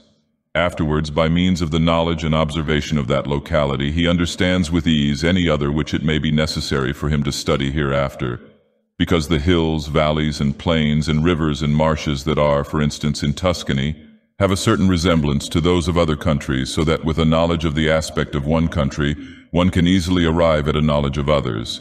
And the prince that lacks this skill lacks the essential which it is desirable that a captain should possess, for it teaches him to surprise his enemy, to select quarters, to lead armies, to array the battle, to besiege towns to advantage. Philopoemen, prince of the Achaeans, among other praises which writers have bestowed on him, is commended because in time of peace he never had anything in his mind but the rules of war. And when he was in the country with friends, he often stopped and reasoned with them. If the enemy should be upon that hill, and we should find ourselves here with our army, with whom would be the advantage? How should one best advance to meet him, keeping the ranks? If we should wish to retreat, how ought we to pursue? And he would set forth to them as he went all the chances that could befall an army. He would listen to their opinion and state his, confirming it with reasons, so that by these continual discussions there could never arise in time of war any unexpected circumstances that he could not deal with. But to exercise the intellect, the prince should read histories, and study there the actions of illustrious men, to see how they have borne themselves in war, to examine the causes of their victories and defeats so as to avoid the latter and imitate the former, and above all do as an illustrious man did, who took as an exemplar one who had been praised and famous before him, and whose achievements and deeds he always kept in his mind. As it is said, Alexander the Great imitated Achilles, Caesar Alexander, Scipio Cyrus. And whoever reads the life of Cyrus, written by Xenophon, will recognize afterwards in the life of Scipio how that imitation was his glory, and how in chastity, affability, humanity, and liberality Scipio conformed to those things which have been written of Cyrus by Xenophon. A wise prince ought to observe some such rules, and never in peaceful times stand idle, but increase his resources with industry in such a way that they may be available to him in adversity, so that if fortune chances it may find him prepared to resist her blows. Chapter 15. Concerning things for which men, and especially princes, are praised or blamed, it remains now to see what ought to be the rules of conduct for a prince towards subject and friends. And as I know that many have written on this point, I expect I shall be considered presumptuous in mentioning it again, especially as in discussing it I shall depart from the methods of other people. But it being my intention to write a thing which shall be useful to him who apprehends it, it appears to me more appropriate to follow up the real truth of the matter than the imagination of it. For many have pictured republics and principalities, which in fact have never been known or seen, because how one lives is so far distant from how one ought to live, that he who neglects what is done for what ought to be done, sooner effects his ruin than his preservation. For a man who wishes to act entirely up to his professions of virtue soon meets with what destroys him among so much that is evil. Hence it is necessary for a prince wishing to hold his own to know how to do wrong, and to make use of it or not according to necessity. Therefore, putting on one side imaginary things concerning a prince and discussing those which are real, I say that all men when they are spoken of, and chiefly princes for being more highly placed, are remarkable for some of those qualities which bring them either blame or praise. And thus it is that one is reputed liberal, another miserly, using a Tuscan term, Because an avaricious person in our language is still he who desires to possess by robbery, whilst we call one miserly who deprives himself too much of the use of his own. One is reputed generous, one rapacious, one cruel, one compassionate, one faithless, another faithful, one effeminate and cowardly, another bold and brave, one affable, another haughty, one lascivious, another chaste, one sincere, another cunning, one hard, another easy, one grave, another frivolous, one religious, another unbelieving, and the like. And I know that everyone will confess that it would be most praiseworthy in a prince to exhibit all the above qualities that are considered good. But because they can neither be entirely possessed nor observed, for human conditions do not permit it, it is necessary for him to be sufficiently prudent that he may know how to avoid the reproach of those vices which would lose him his state, and also to keep himself, if it be possible, from those which would not lose him it. But this not being possible, he may with less hesitation abandon himself to them, and again he need not make himself uneasy at incurring a reproach for those vices, without which the state can only be saved with difficulty. For if everything is considered carefully, it will be found that something which looks like virtue, if followed, would be his ruin, while something else which looks like vice, yet followed, brings him security and prosperity. Chapter 16. Concerning liberality and meanness. Commencing then with the first of the above-named characteristics, I say that it would be well to be reputed liberal. Nevertheless, liberality exercised in a way that does not bring you the reputation for it injures you, for if one exercises it honestly and as it should be exercised, it may not become known, and you will not avoid the reproach of its opposite. Therefore, anyone wishing to maintain among men the name of liberal is obliged to avoid no attribute of magnificence, so that a prince thus inclined will consume in such acts all his property, and will be compelled in the end, if he wish to maintain the name of liberal, to unduly weigh down his people and tax them, and do everything he can to get money. This will soon make him odious to his subjects, and becoming poor he will be little valued by anyone. Thus, with his liberality, having offended many and rewarded few, he is affected by the very first trouble and imperiled by whatever may be the first danger. Recognizing this himself and wishing to draw back from it, he runs at once into the reproach of being miserly.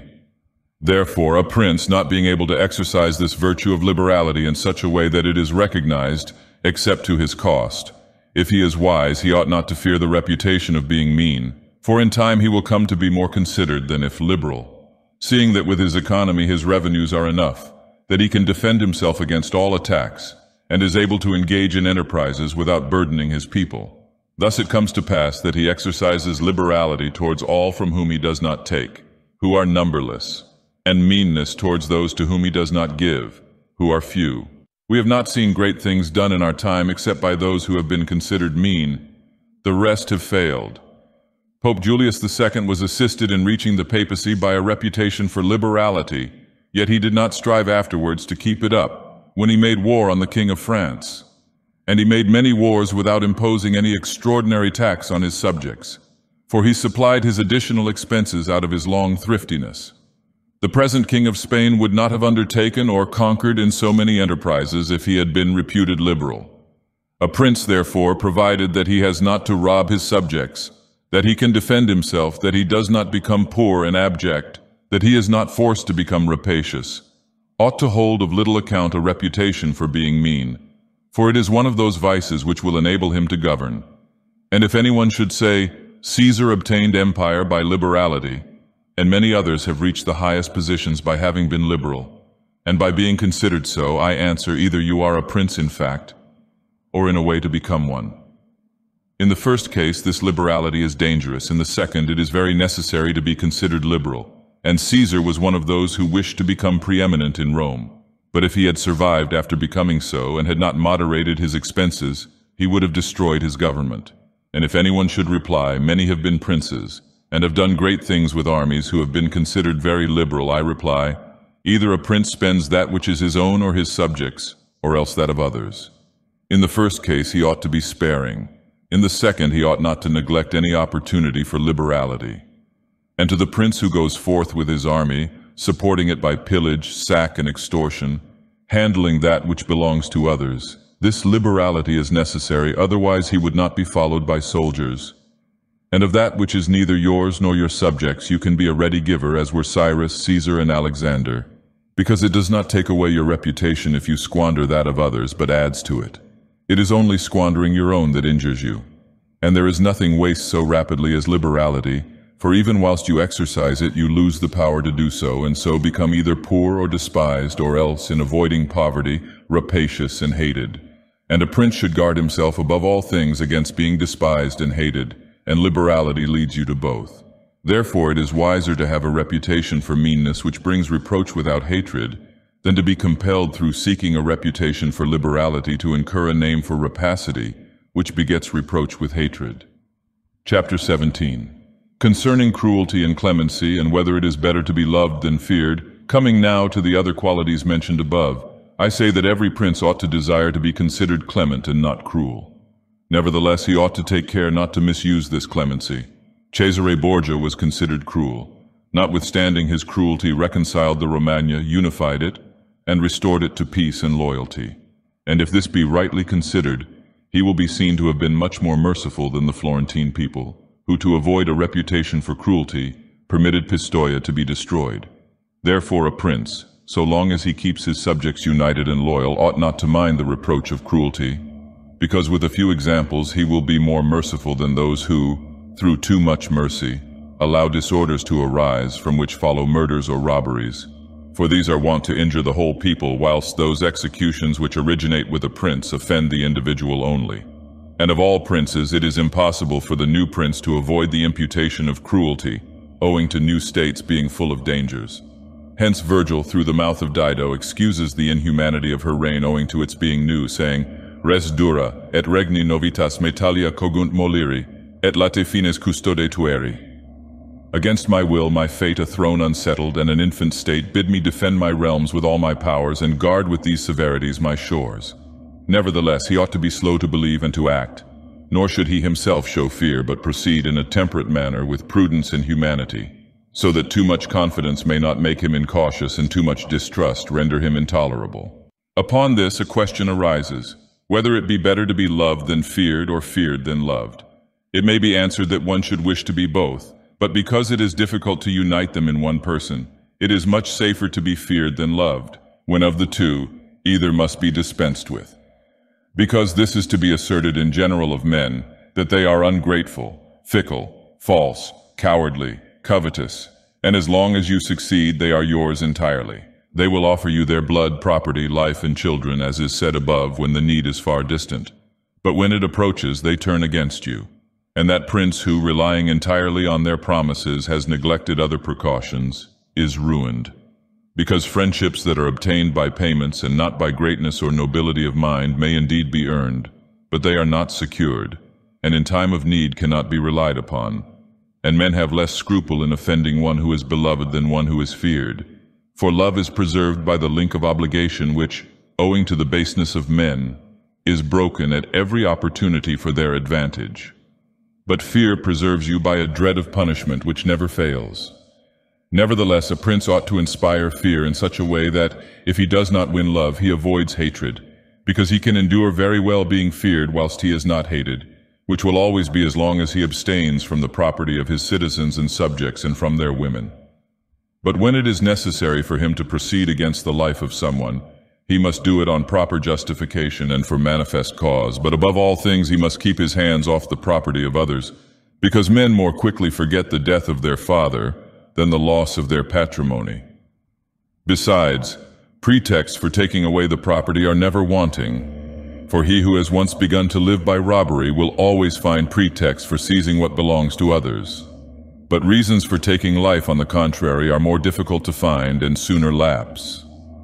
But when a prince is with his army and has under control a multitude of soldiers, then it is quite necessary for him to disregard the reputation of cruelty, for without it he would never hold his army united or disposed to its duties.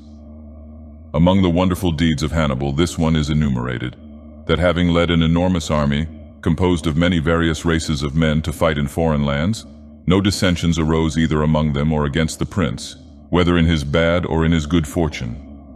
This arose from nothing else than his inhuman cruelty, which with his boundless valor made him revered and terrible in the sight of his soldiers. But without that cruelty, his other virtues were not sufficient to produce this effect, and short-sighted writers admire his deeds from one point of view, and from another condemn the principal cause of them. That it is true his other virtues would not have been sufficient for him may be proved by the case of Scipio, that most excellent man, not only of his own times but within the memory of man, against whom nevertheless his army rebelled in Spain. This arose from nothing but his too great forbearance, which gave his soldiers more license than is consistent with military discipline. For this he was upbraided in the Senate by Fabius Maximus and called the corrupter of the Roman soldiery. The Locrians were laid waste by a legate of Scipio, yet they were not avenged by him, nor was the insolence of the legate punished, owing entirely to his easy nature. Insomuch that someone in the Senate, wishing to excuse him, said there were many men who knew much better how not to err than to correct the errors of others. Returning to the question of being feared or loved, I come to the conclusion that men loving according to their own will and fearing according to that of the prince, a wise prince should establish himself on that which is in his own control, and not in that of others. He must endeavor only to avoid hatred, as is noted. Chapter 18. Concerning the way in which princes should keep faith. Everyone admits how praiseworthy it is in a prince to keep faith, and to live with integrity and not with craft. Nevertheless, our experience has been that those princes who have done great things have held good faith of little account, and have known how to circumvent the intellect of men by craft, and in the end have overcome those who have relied on their word. You must know there are two ways of contesting, the one by the law, the other by force. The first method is proper to men, the second to beasts. But because the first is frequently not sufficient, it is necessary to have recourse to the second. Therefore, it is necessary for a prince to understand how to avail himself of the beast and the man. This has been figuratively taught to princes by ancient writers who describe how Achilles and many other princes of old were given to the centaur Chiron to nurse, who brought them up in his discipline, which means solely that, as they had for a teacher one who was half beast and half man, so it is necessary for a prince to know how to make use of both natures, and that one without the other is not durable. A prince, therefore, being compelled knowingly to adopt the beast, ought to choose the fox and the lion, because the lion cannot defend himself against snares, and the fox cannot defend himself against wolves. Therefore it is necessary to be a fox to discover the snares, and a lion to terrify the wolves. Those who rely simply on the lion do not understand what they are about. Therefore a wise lord cannot, nor ought he to, keep faith when such observance may be turned against him, and when the reasons that caused him to pledge it exist no longer. If men were entirely good, this precept would not hold. But because they are bad, and will not keep faith with you, you too are not bound to observe it with them. Nor will there ever be wanting to a prince legitimate reasons to excuse this non-observance. Of this endless modern examples could be given, showing how many treaties and engagements have been made void, and of no effect through the faithlessness of princes. And he who has known best how to employ the fox has succeeded best. But it is necessary to know well how to disguise this characteristic, and to be a great pretender and dissembler. And men are so simple and so subject to present necessities, that he who seeks to deceive will always find someone who will allow himself to be deceived. One recent example I cannot pass over in silence. Alexander VI did nothing else but deceive men, nor ever thought of doing otherwise, and he always found victims. For there never was a man who had greater power in asserting, or who with greater oaths would affirm a thing, yet would observe it less. Nevertheless, his deceits always succeeded according to his wishes, because he well understood this side of mankind. Alexander never did what he said, Cesare never said what he did. Italian proverb. Therefore it is unnecessary for a prince to have all the good qualities I have enumerated, but it is very necessary to appear to have them. And I shall dare to say this also, that to have them and always to observe them is injurious, and that to appear to have them is useful, to appear merciful, faithful, humane, religious, upright, and to be so, but with a mind so framed that should you require not to be so, you may be able and know how to change to the opposite. And you have to understand this, that a prince, especially a new one, cannot observe all those things for which men are esteemed, being often forced, in order to maintain the state, to act contrary to fidelity, friendship, humanity, and religion. Therefore it is necessary for him to have a mind ready to turn itself accordingly as the winds and variations of fortune force it. Yet, as I have said above, not to diverge from the good if he can avoid doing so, but if compelled, then to know how to set about it. For this reason, a prince ought to take care that he never lets anything slip from his lips that is not replete with the above-named 5 qualities, that he may appear to him who sees and hears him altogether merciful, faithful, humane, upright, and religious. There is nothing more necessary to appear to have than this last quality, inasmuch as men judge generally more by the eye than by the hand, because it belongs to everybody to see you, to few to come in touch with you. Everyone sees what you appear to be, few really know what you are, and those few dare not oppose themselves to the opinion of the many, who have the majesty of the state to defend them. And in the actions of all men, and especially of princes, which it is not prudent to challenge, one judges by the result. For that reason, let a prince have the credit of conquering and holding his state. The means will always be considered honest, and he will be praised by everybody, because the vulgar are always taken by what a thing seems to be and by what comes of it, and in the world there are only the vulgar, for the few find a place there only when the many have no ground to rest on. One prince of the present time, whom it is not well to name, never preaches anything else but peace and good faith, and to both he is most hostile, and either, if he had kept it, would have deprived him of reputation and kingdom many a time. Chapter 19. That one should avoid being despised and hated now. Concerning the characteristics of which mention is made above, I have spoken of the more important ones. The others I wish to discuss briefly under this generality, that the prince must consider, as has been in part said before, how to avoid those things which will make him hated or contemptible, and as often as he shall have succeeded he will have fulfilled his part, and he need not fear any danger and other reproaches. It makes him hated above all things, as I have said, to be rapacious, and to be a violator of the property and women of his subjects, from both of which he must abstain. And when neither their property nor their honor is touched, the majority of men live content, and he has only to contend with the ambition of a few, whom he can curb with ease in many ways. It makes him contemptible to be considered fickle, frivolous, effeminate, mean-spirited, irresolute, from all of which a prince should guard himself as from a rock, and he should endeavor to show in his actions greatness, courage, gravity, and fortitude, and in his private dealings with his subjects let him show that his judgments are irrevocable, and maintain himself in such reputation that no one can hope either to deceive him or to get round him. That prince is highly esteemed who conveys this impression of himself, and he who is highly esteemed is not easily conspired against. For provided it is well known that he is an excellent man and revered by his people, he can only be attacked with difficulty. For this reason a prince ought to have 2 fears, one from within on account of his subjects, the other from without, on account of external powers.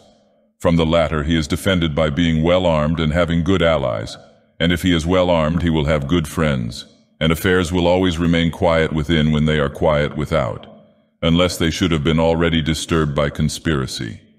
And even should affairs outside be disturbed, if he has carried out his preparations and has lived as I have said, as long as he does not despair, he will resist every attack, as I said Nubis the Spartan did. But concerning his subjects, when affairs outside are disturbed, he has only to fear that they will conspire secretly, from which a prince can easily secure himself by avoiding being hated and despised, and by keeping the people satisfied with him, which it is most necessary for him to accomplish, as I said above at length. And one of the most efficacious remedies that a prince can have against conspiracies is not to be hated and despised by the people, for he who conspires against a prince always expects to please them by his removal.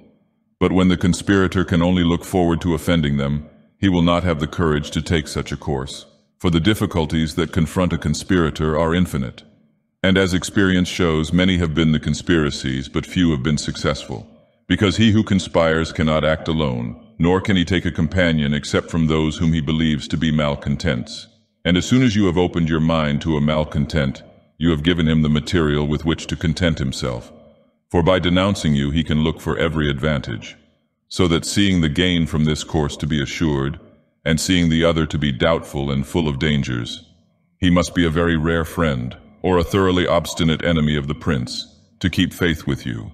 And to reduce the matter into a small compass, I say that on the side of the conspirator there is nothing but fear, jealousy, prospect of punishment to terrify him, but on the side of the prince there is the majesty of the principality, the laws, the protection of friends, and the state to defend him, so that adding to all these things the popular goodwill, it is impossible that anyone should be so rash as to conspire.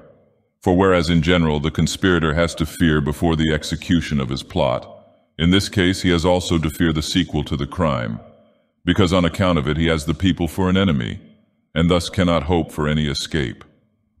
Endless examples could be given on this subject, but I will be content with one, brought to pass within the memory of our fathers.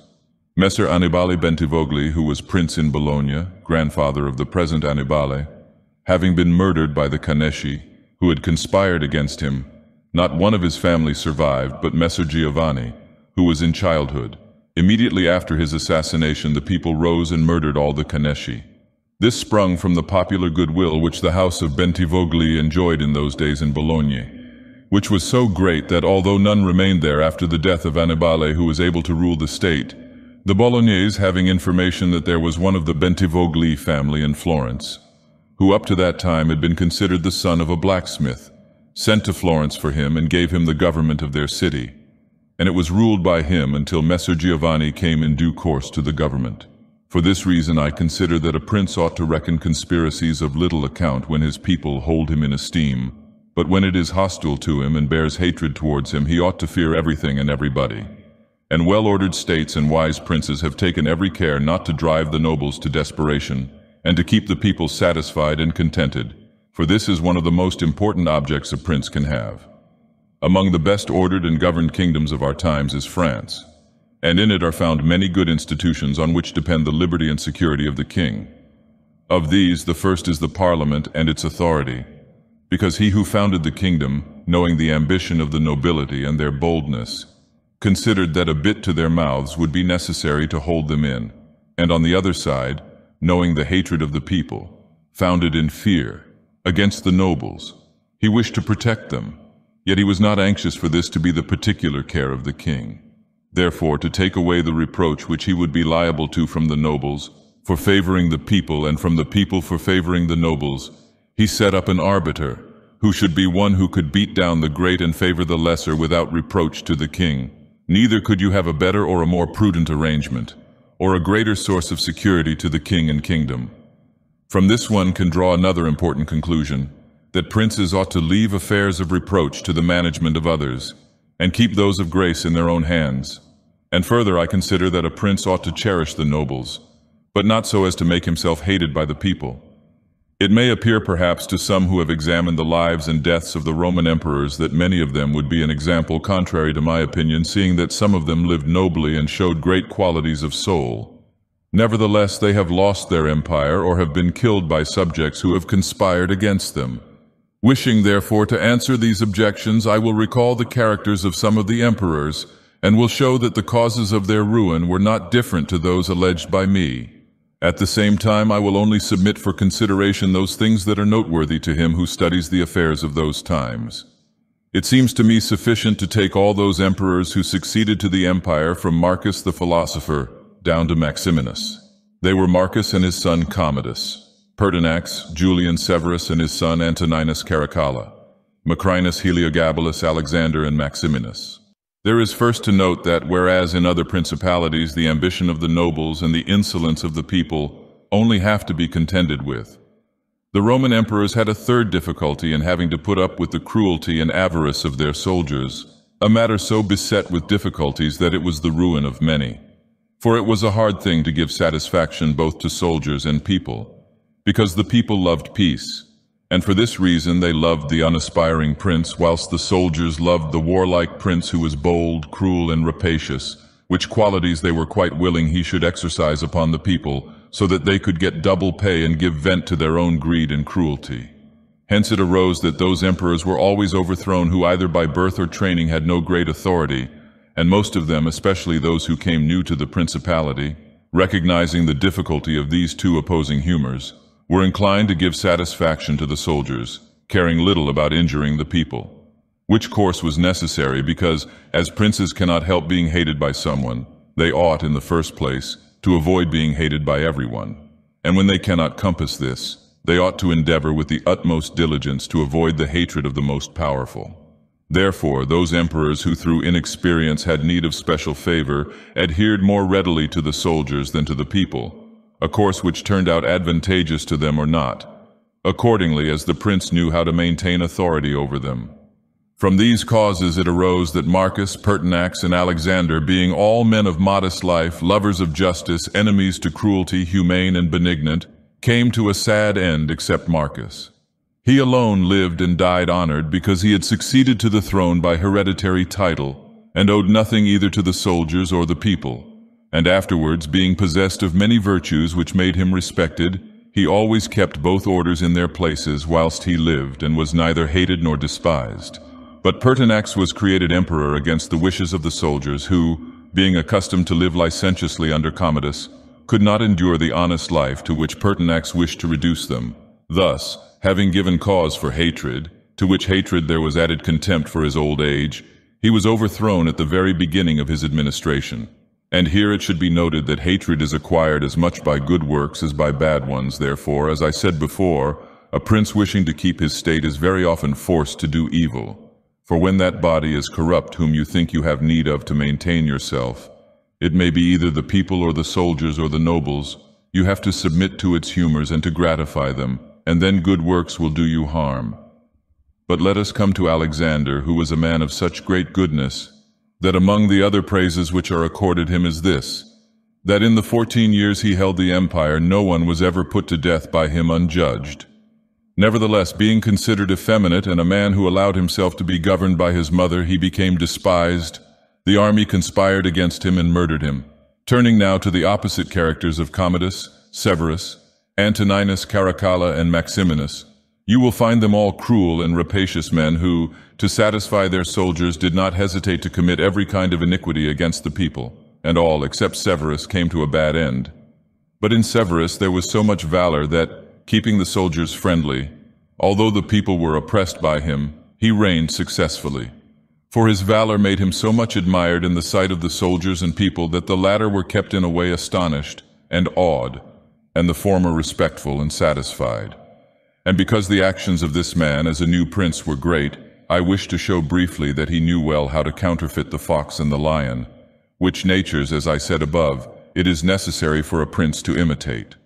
Knowing the sloth of the Emperor Julian, he persuaded the army in Sclavonia, of which he was captain, that it would be right to go to Rome and avenge the death of Pertinax, who had been killed by the Praetorian soldiers. And under this pretext, without appearing to aspire to the throne, he moved the army on Rome and reached Italy before it was known that he had started. On his arrival at Rome, the Senate, through fear, elected him emperor and killed Julian. After this, there remained for Severus, who wished to make himself master of the whole empire, two difficulties. One in Asia, where Niger, head of the Asiatic army, had caused himself to be proclaimed emperor, the other in the west, where Albinus was, who also aspired to the throne. And as he considered it dangerous to declare himself hostile to both, he decided to attack Niger and to deceive Albinus. To the latter he wrote that, being elected emperor by the Senate, he was willing to share that dignity with him and sent him the title of Caesar, and moreover that the Senate had made Albinus his colleague, which things were accepted by Albinus as true.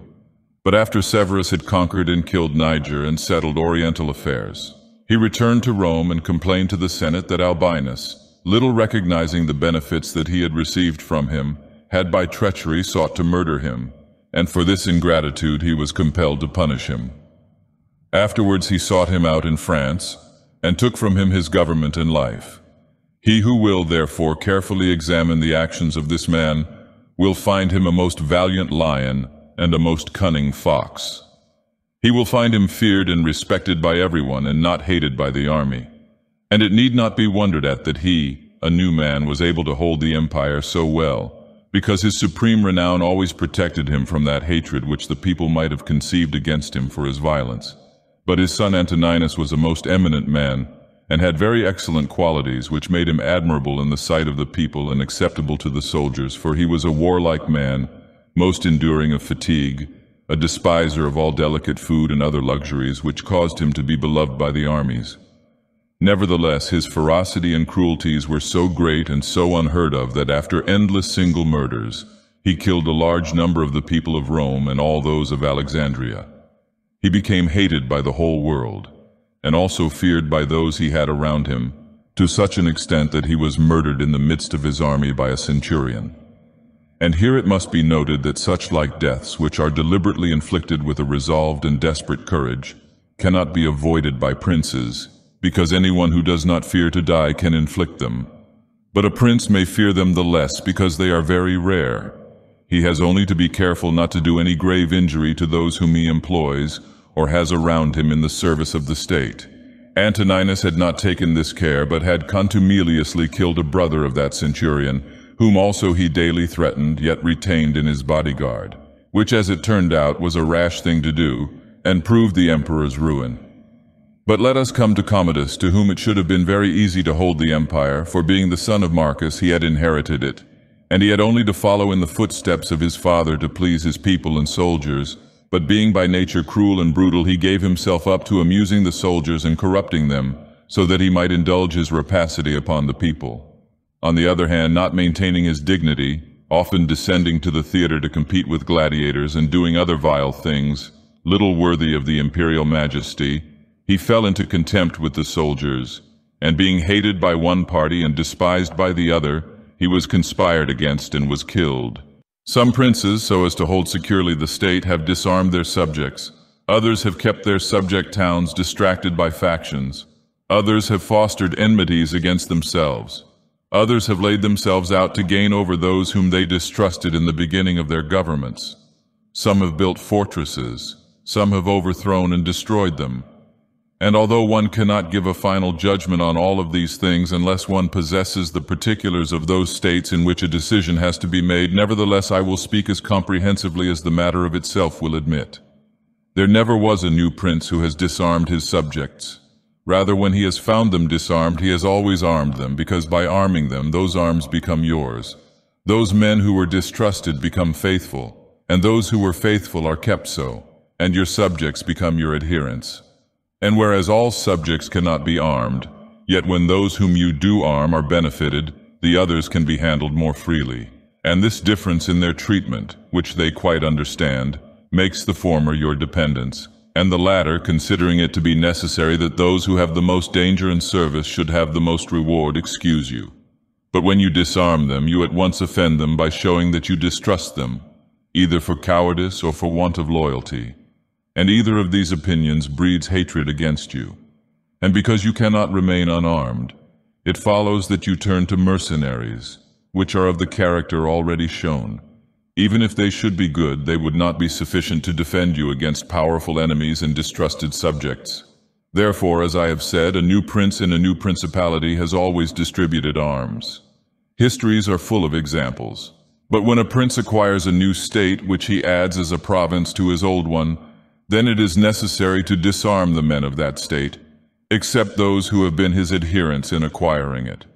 And these again, with time and opportunity, should be rendered soft and effeminate, and matters should be managed in such a way that all the armed men in the state shall be your own soldiers, who in your old state were living near you.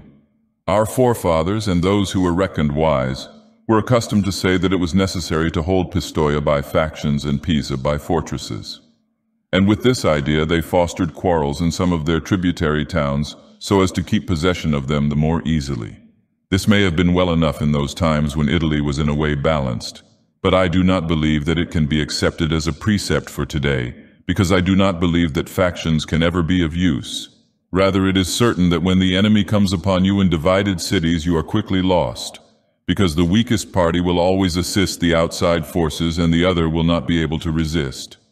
The Venetians, moved, as I believe, by the above reasons, fostered the Guelph and Ghibelline factions in their tributary cities, and although they never allowed them to come to bloodshed, yet they nursed these disputes amongst them, so that the citizens, distracted by their differences, should not unite against them.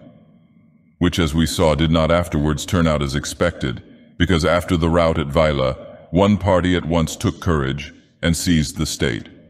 Such methods argue, therefore, weakness in the prince, because these factions will never be permitted in a vigorous principality. Such methods for enabling one the more easily to manage subjects are only useful in times of peace, but if war comes, this policy proves fallacious.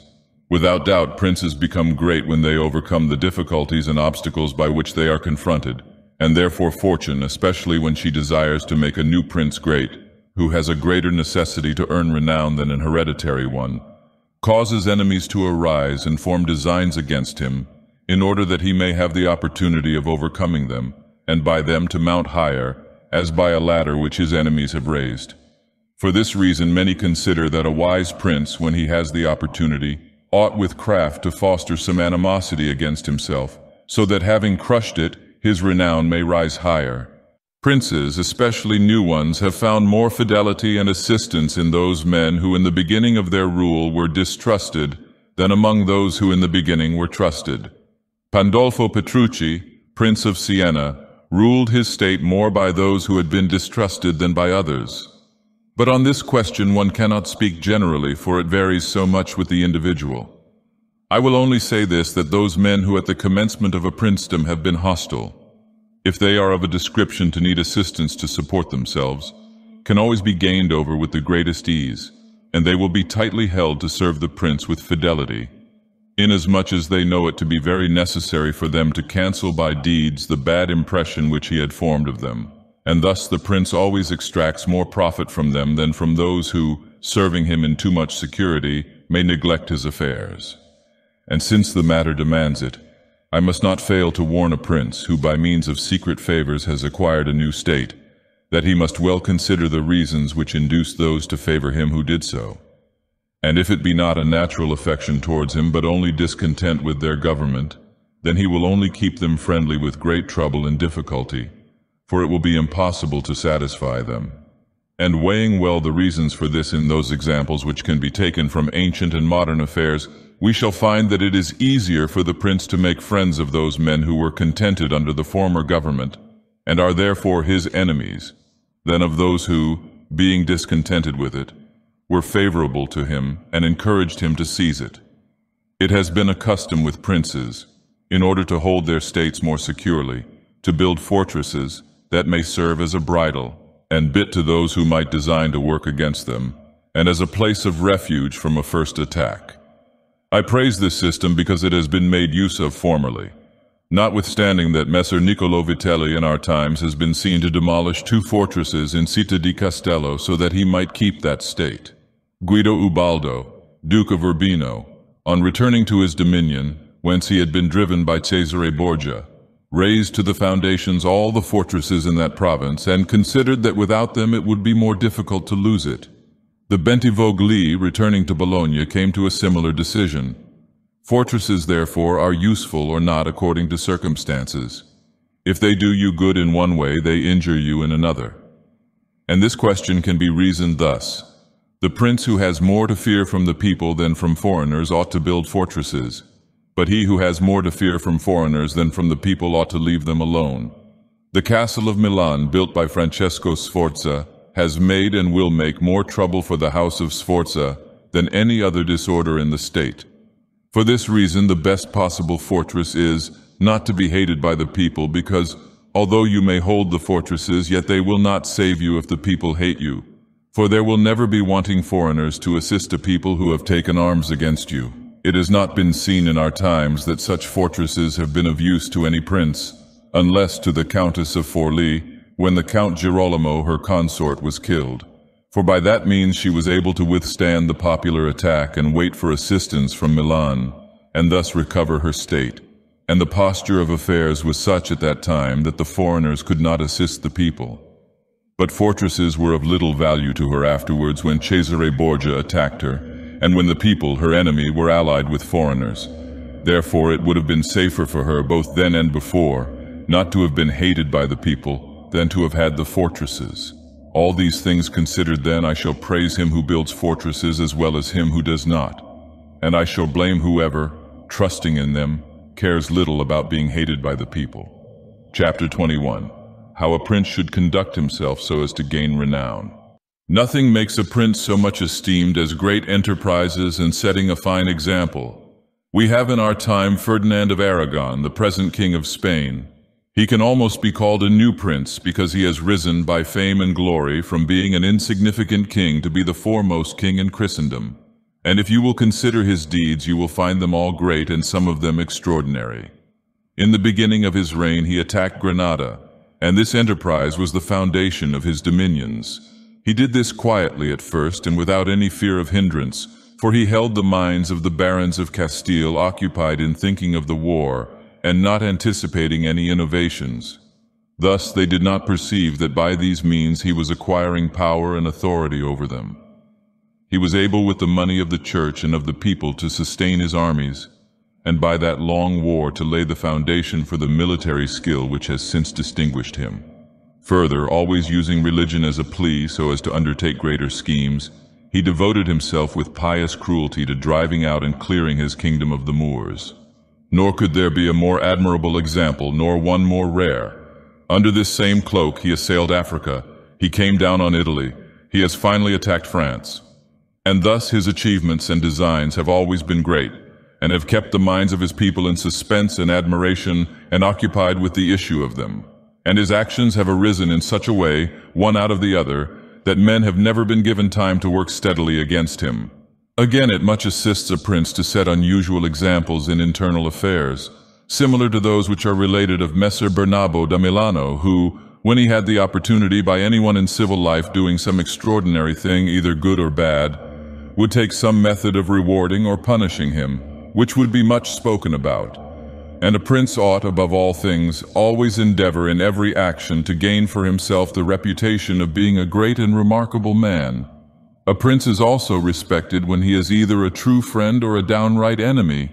That is to say, when, without any reservation, he declares himself in favor of one party against the other, which course will always be more advantageous than standing neutral, because if two of your powerful neighbors come to blows, they are of such a character that, if one of them conquers, you have either to fear him or not. In either case, it will always be more advantageous for you to declare yourself and to make war strenuously, because in the first case, if you do not declare yourself, you will invariably fall a prey to the conqueror, to the pleasure and satisfaction of him who has been conquered, and you will have no reasons to offer nor anything to protect or to shelter you, because he who conquers does not want doubtful friends who will not aid him in the time of trial, and he who loses will not harbor you because you did not willingly, sword in hand, court his fate. Antiochus went into Greece, being sent for by the Aetolians to drive out the Romans.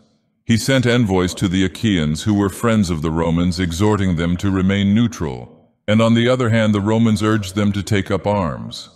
This question came to be discussed in the council of the Achaeans, where the legate of Antiochus urged them to stand neutral.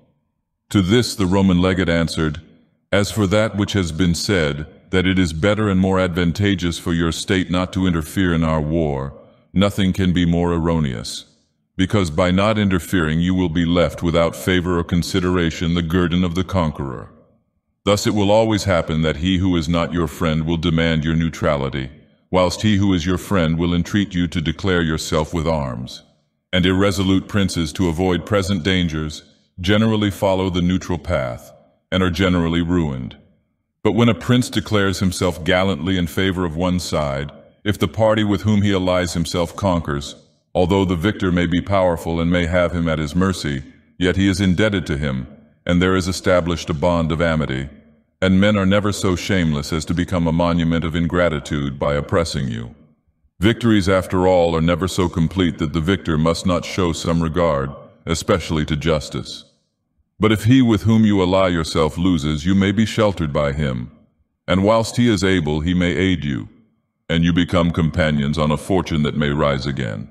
In the second case, when those who fight are of such a character that you have no anxiety as to who may conquer, so much the more is it greater prudence to be allied, because you assist at the destruction of one by the aid of another who, if he had been wise, would have saved him.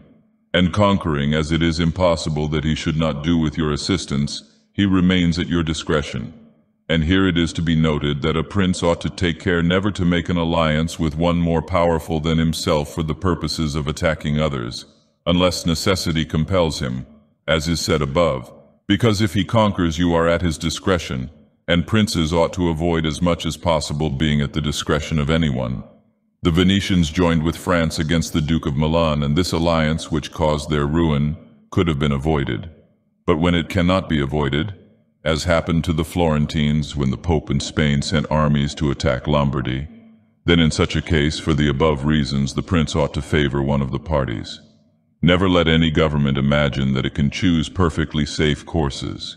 Rather, let it expect to have to take very doubtful ones, because it is found in ordinary affairs that one never seeks to avoid one trouble without running into another. But prudence consists in knowing how to distinguish the character of troubles, and for choice to take the lesser evil. A prince ought also to show himself a patron of ability, and to honor the proficient in every art. At the same time, he should encourage his citizens to practice their callings peaceably, both in commerce and agriculture and in every other following, so that the one should not be deterred from improving his possessions for fear lest they be taken away from him, or another from opening up trade for fear of taxes. But the prince ought to offer rewards to whoever wishes to do these things and designs in any way to honor his city or state. Further, he ought to entertain the people with festivals and spectacles at convenient seasons of the year. And as every city is divided into guilds or into societies, he ought to hold such bodies in esteem, and associate with them sometimes, and show himself an example of courtesy and liberality. Nevertheless, always maintaining the majesty of his rank, for this he must never consent to abate in anything. Chapter 22. Concerning the secretaries of princes. The choice of servants is of no little importance to a prince, and they are good or not according to the discrimination of the prince. And the first opinion which one forms of a prince and of his understanding is by observing the men he has around him. And when they are capable and faithful, he may always be considered wise, because he has known how to recognize the capable and to keep them faithful. But when they are otherwise, one cannot form a good opinion of him, for the prime error which he made was in choosing them. There were none who knew Messer Antonio da Venafro as the servant of Pandolfo Petrucci, Prince of Siena, who would not consider Pandolfo to be a very clever man in having Venafro for his servant. Because there are three classes of intellects, one which comprehends by itself, another which appreciates what others comprehended, and a third which neither comprehends by itself, nor by the showing of others. The first is the most excellent, the second is good, the third is useless. Therefore it follows necessarily that if Pandolfo was not in the first rank, he was in the second. For whenever one has judgment to know good and bad when it is said and done, although he himself may not have the initiative, yet he can recognize the good and the bad in his servant, and the one he can praise and the other correct. Thus the servant cannot hope to deceive him, and is kept honest. But to enable a prince to form an opinion of his servant, there is one test which never fails. When you see the servant thinking more of his own interests than of yours, and seeking inwardly his own profit in everything, such a man will never make a good servant, nor will you ever be able to trust him. Because he who has the state of another in his hands ought never to think of himself, but always of his prince, and never pay any attention to matters in which the prince is not concerned. On the other hand, to keep his servant honest, the prince ought to study him, honoring him, enriching him, doing him kindnesses, sharing with him the honors and cares, and at the same time let him see that he cannot stand alone, so that many honors may not make him desire more, many riches make him wish for more, and that many cares may make him dread chances. When therefore servants and princes towards servants are thus disposed, they can trust each other. But when it is otherwise, the end will always be disastrous for either one or the other. Chapter 23. How flatterers should be avoided. I do not wish to leave out an important branch of this subject, for it is a danger from which princes are with difficulty preserved, unless they are very careful and discriminating. It is that of flatterers, of whom courts are full, because men are so self-complacent in their own affairs, and in a way so deceived in them, that they are preserved with difficulty from this pest, and if they wish to defend themselves, they run the danger of falling into contempt. Because there is no other way of guarding oneself from flatterers except letting men understand that to tell you the truth does not offend you, but when everyone may tell you the truth, respect for you abates. Therefore a wise prince ought to hold a third course by choosing the wise men in his state, and giving to them only the liberty of speaking the truth to him, and then only of those things of which he inquires, and of none others.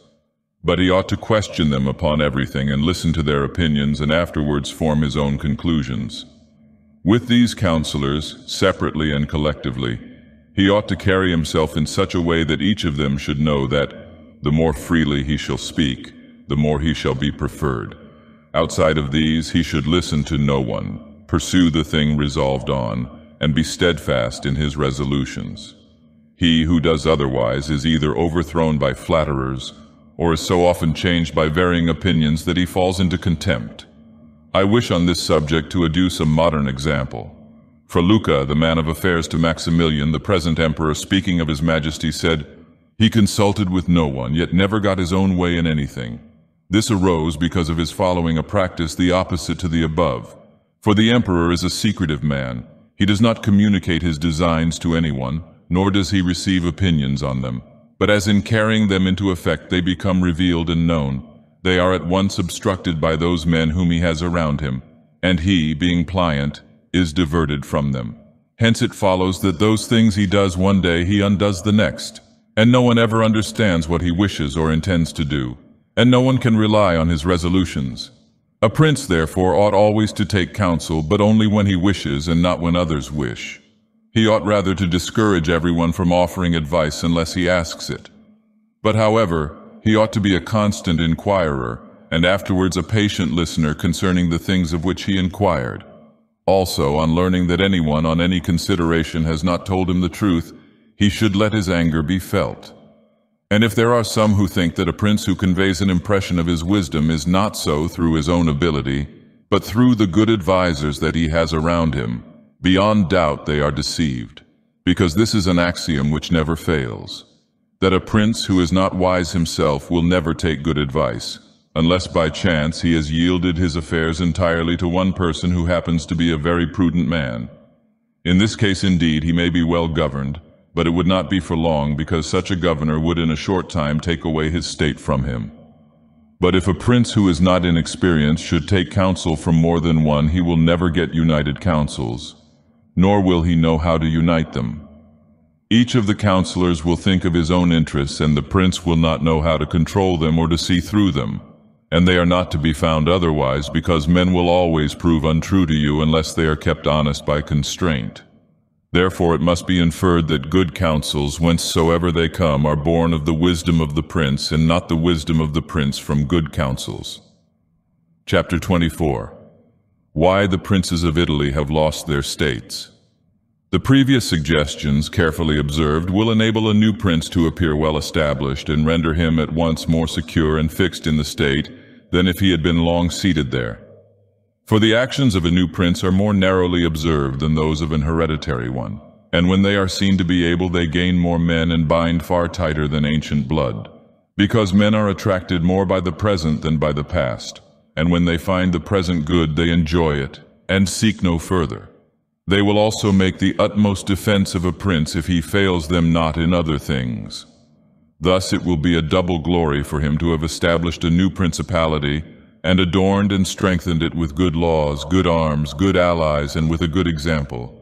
So will it be a double disgrace to him who, born a prince, shall lose his state by want of wisdom.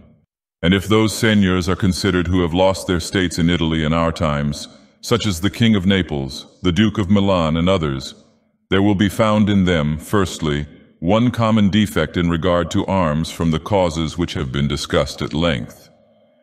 In the next place, some one of them will be seen, either to have had the people hostile, or if he has had the people friendly, he has not known how to secure the nobles.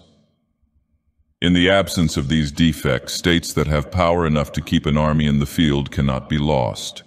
Philip of Macedon, not the father of Alexander the Great, but he who was conquered by Titus Quintius, had not much territory compared to the greatness of the Romans and of Greece who attacked him. Yet being a warlike man who knew how to attract the people and secure the nobles, he sustained the war against his enemies for many years. And if in the end he lost the dominion of some cities, nevertheless he retained the kingdom. Therefore do not let our princes accuse fortune for the loss of their principalities after so many years' possession, but rather their own sloth, because in quiet times they never thought there could be a change. It is a common defect in man not to make any provision in the calm against the tempest. And when afterwards the bad times came, they thought of flight and not of defending themselves. And they hoped that the people, disgusted with the insolence of the conquerors, would recall them. This course, when others fail, may be good, But it is very bad to have neglected all other expedients for that, since you would never wish to fall because you trusted to be able to find someone later on to restore you. This again either does not happen, or if it does, it will not be for your security, because that deliverance is of no avail which does not depend upon yourself. Those only are reliable, certain, and durable that depend on yourself and your valor. Chapter 25. What fortune can effect in human affairs, and how to withstand her? It is not unknown to me how many men have had and still have the opinion that the affairs of the world are in such wise governed by fortune and by God, that men with their wisdom cannot direct them, and that no one can even help them. And because of this, they would have us believe that it is not necessary to labor much in affairs, but to let chance govern them. This opinion has been more credited in our times because of the great changes in affairs which have been seen, and may still be seen every day, beyond all human conjecture. Sometimes pondering over this, I am in some degree inclined to their opinion. Nevertheless, not to extinguish our free will, I hold it to be true that fortune is the arbiter of one half of our actions, but that she still leaves us to direct the other half, or perhaps a little less.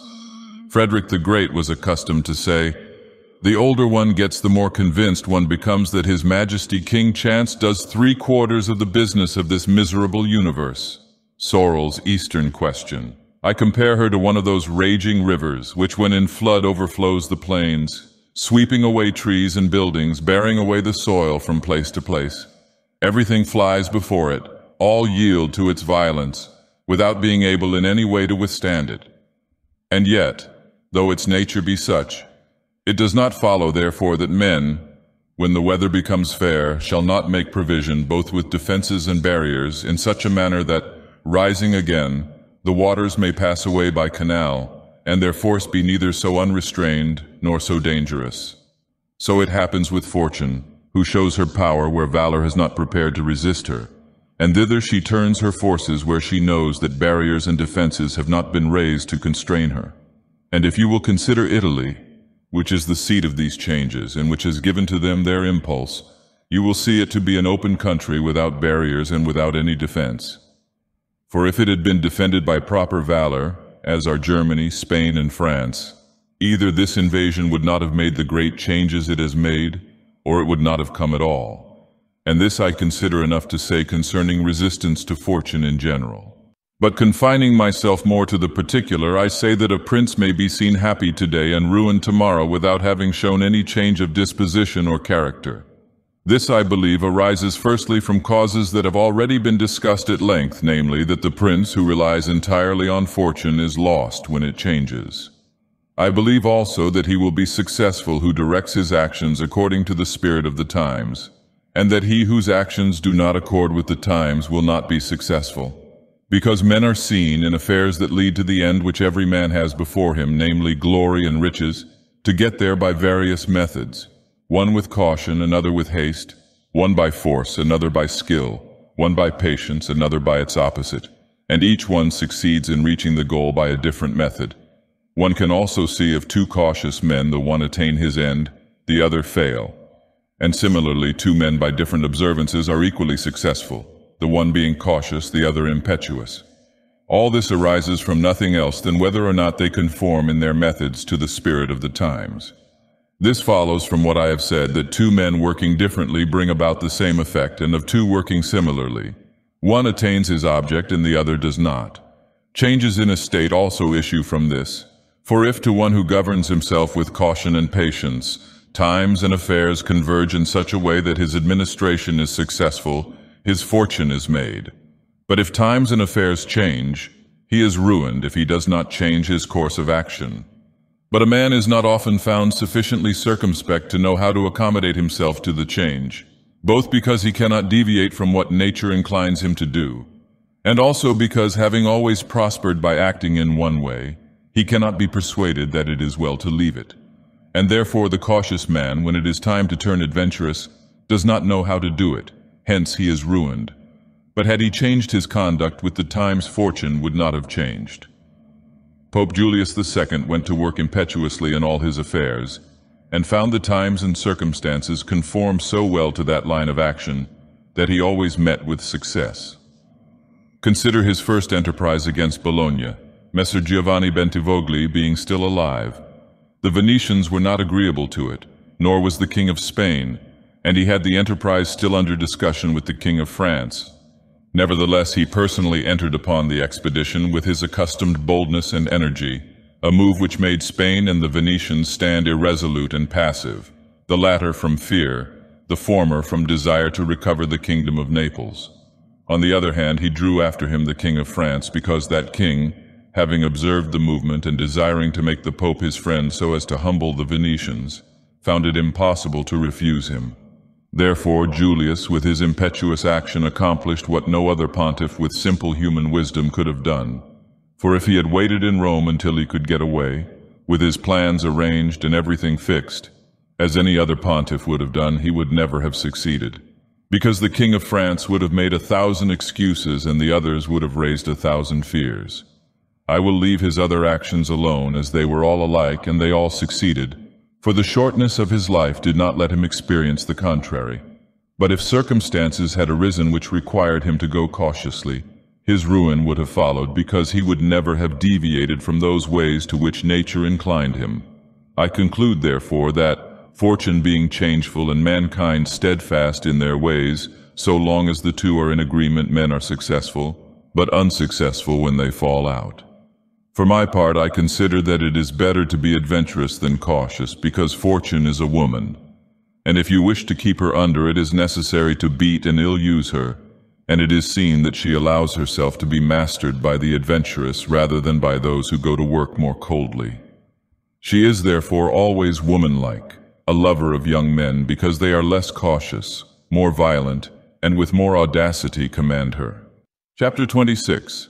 An exhortation to liberate Italy from the barbarians. Having carefully considered the subject of the above discourses, and wondering within myself whether the present times were propitious to a new prince, and whether there were elements that would give an opportunity to a wise and virtuous one to introduce a new order of things which would do honor to him and good to the people of this country, it appears to me that so many things concur to favor a new prince that I never knew a time more fit than the present.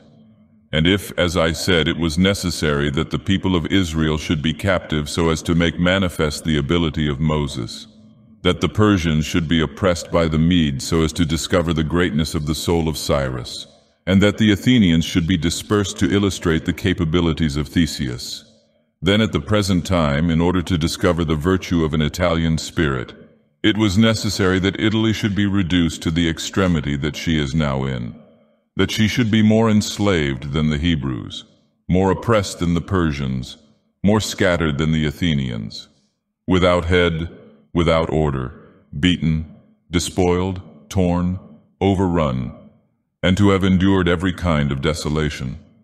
Although lately some spark may have been shown by one, which made us think he was ordained by God for our redemption, nevertheless it was afterwards seen in the height of his career that fortune rejected him, so that Italy, left as without life, waits for him who shall yet heal her wounds and put an end to the ravaging and plundering of Lombardy, to the swindling and taxing of the kingdom and of Tuscany, and cleanse those sores that for long have festered. It is seen how she entreats God to send someone who shall deliver her from these wrongs and barbarous insolencies. It is seen also that she is ready and willing to follow a banner if only someone will raise it. Nor is there to be seen at present one in whom she can place more hope than in your illustrious house, with its valor and fortune, favored by God and by the Church of which it is now the chief, and which could be made the head of this redemption. This will not be difficult if you will recall to yourself the actions and lives of the men I have named. And although they were great and wonderful men, yet they were men, and each one of them had no more opportunity than the present offers. For their enterprises were neither more just nor easier than this, nor was God more their friend than he is yours. With us there is great justice, because that war is just which is necessary, and arms are hallowed when there is no other hope but in them. Here there is the greatest willingness, and where the willingness is great, the difficulties cannot be great if you will only follow those men to whom I have directed your attention. Further than this, how extraordinarily the ways of God have been manifested beyond example. The sea is divided, a cloud has led the way, the rock has poured forth water, it has rained manna, Everything has contributed to your greatness. You ought to do the rest. God is not willing to do everything and thus take away our free will and that share of glory which belongs to us. And it is not to be wondered at if none of the above-named Italians have been able to accomplish all that is expected from your illustrious house. And if in so many revolutions in Italy and in so many campaigns it has always appeared as if military virtue were exhausted.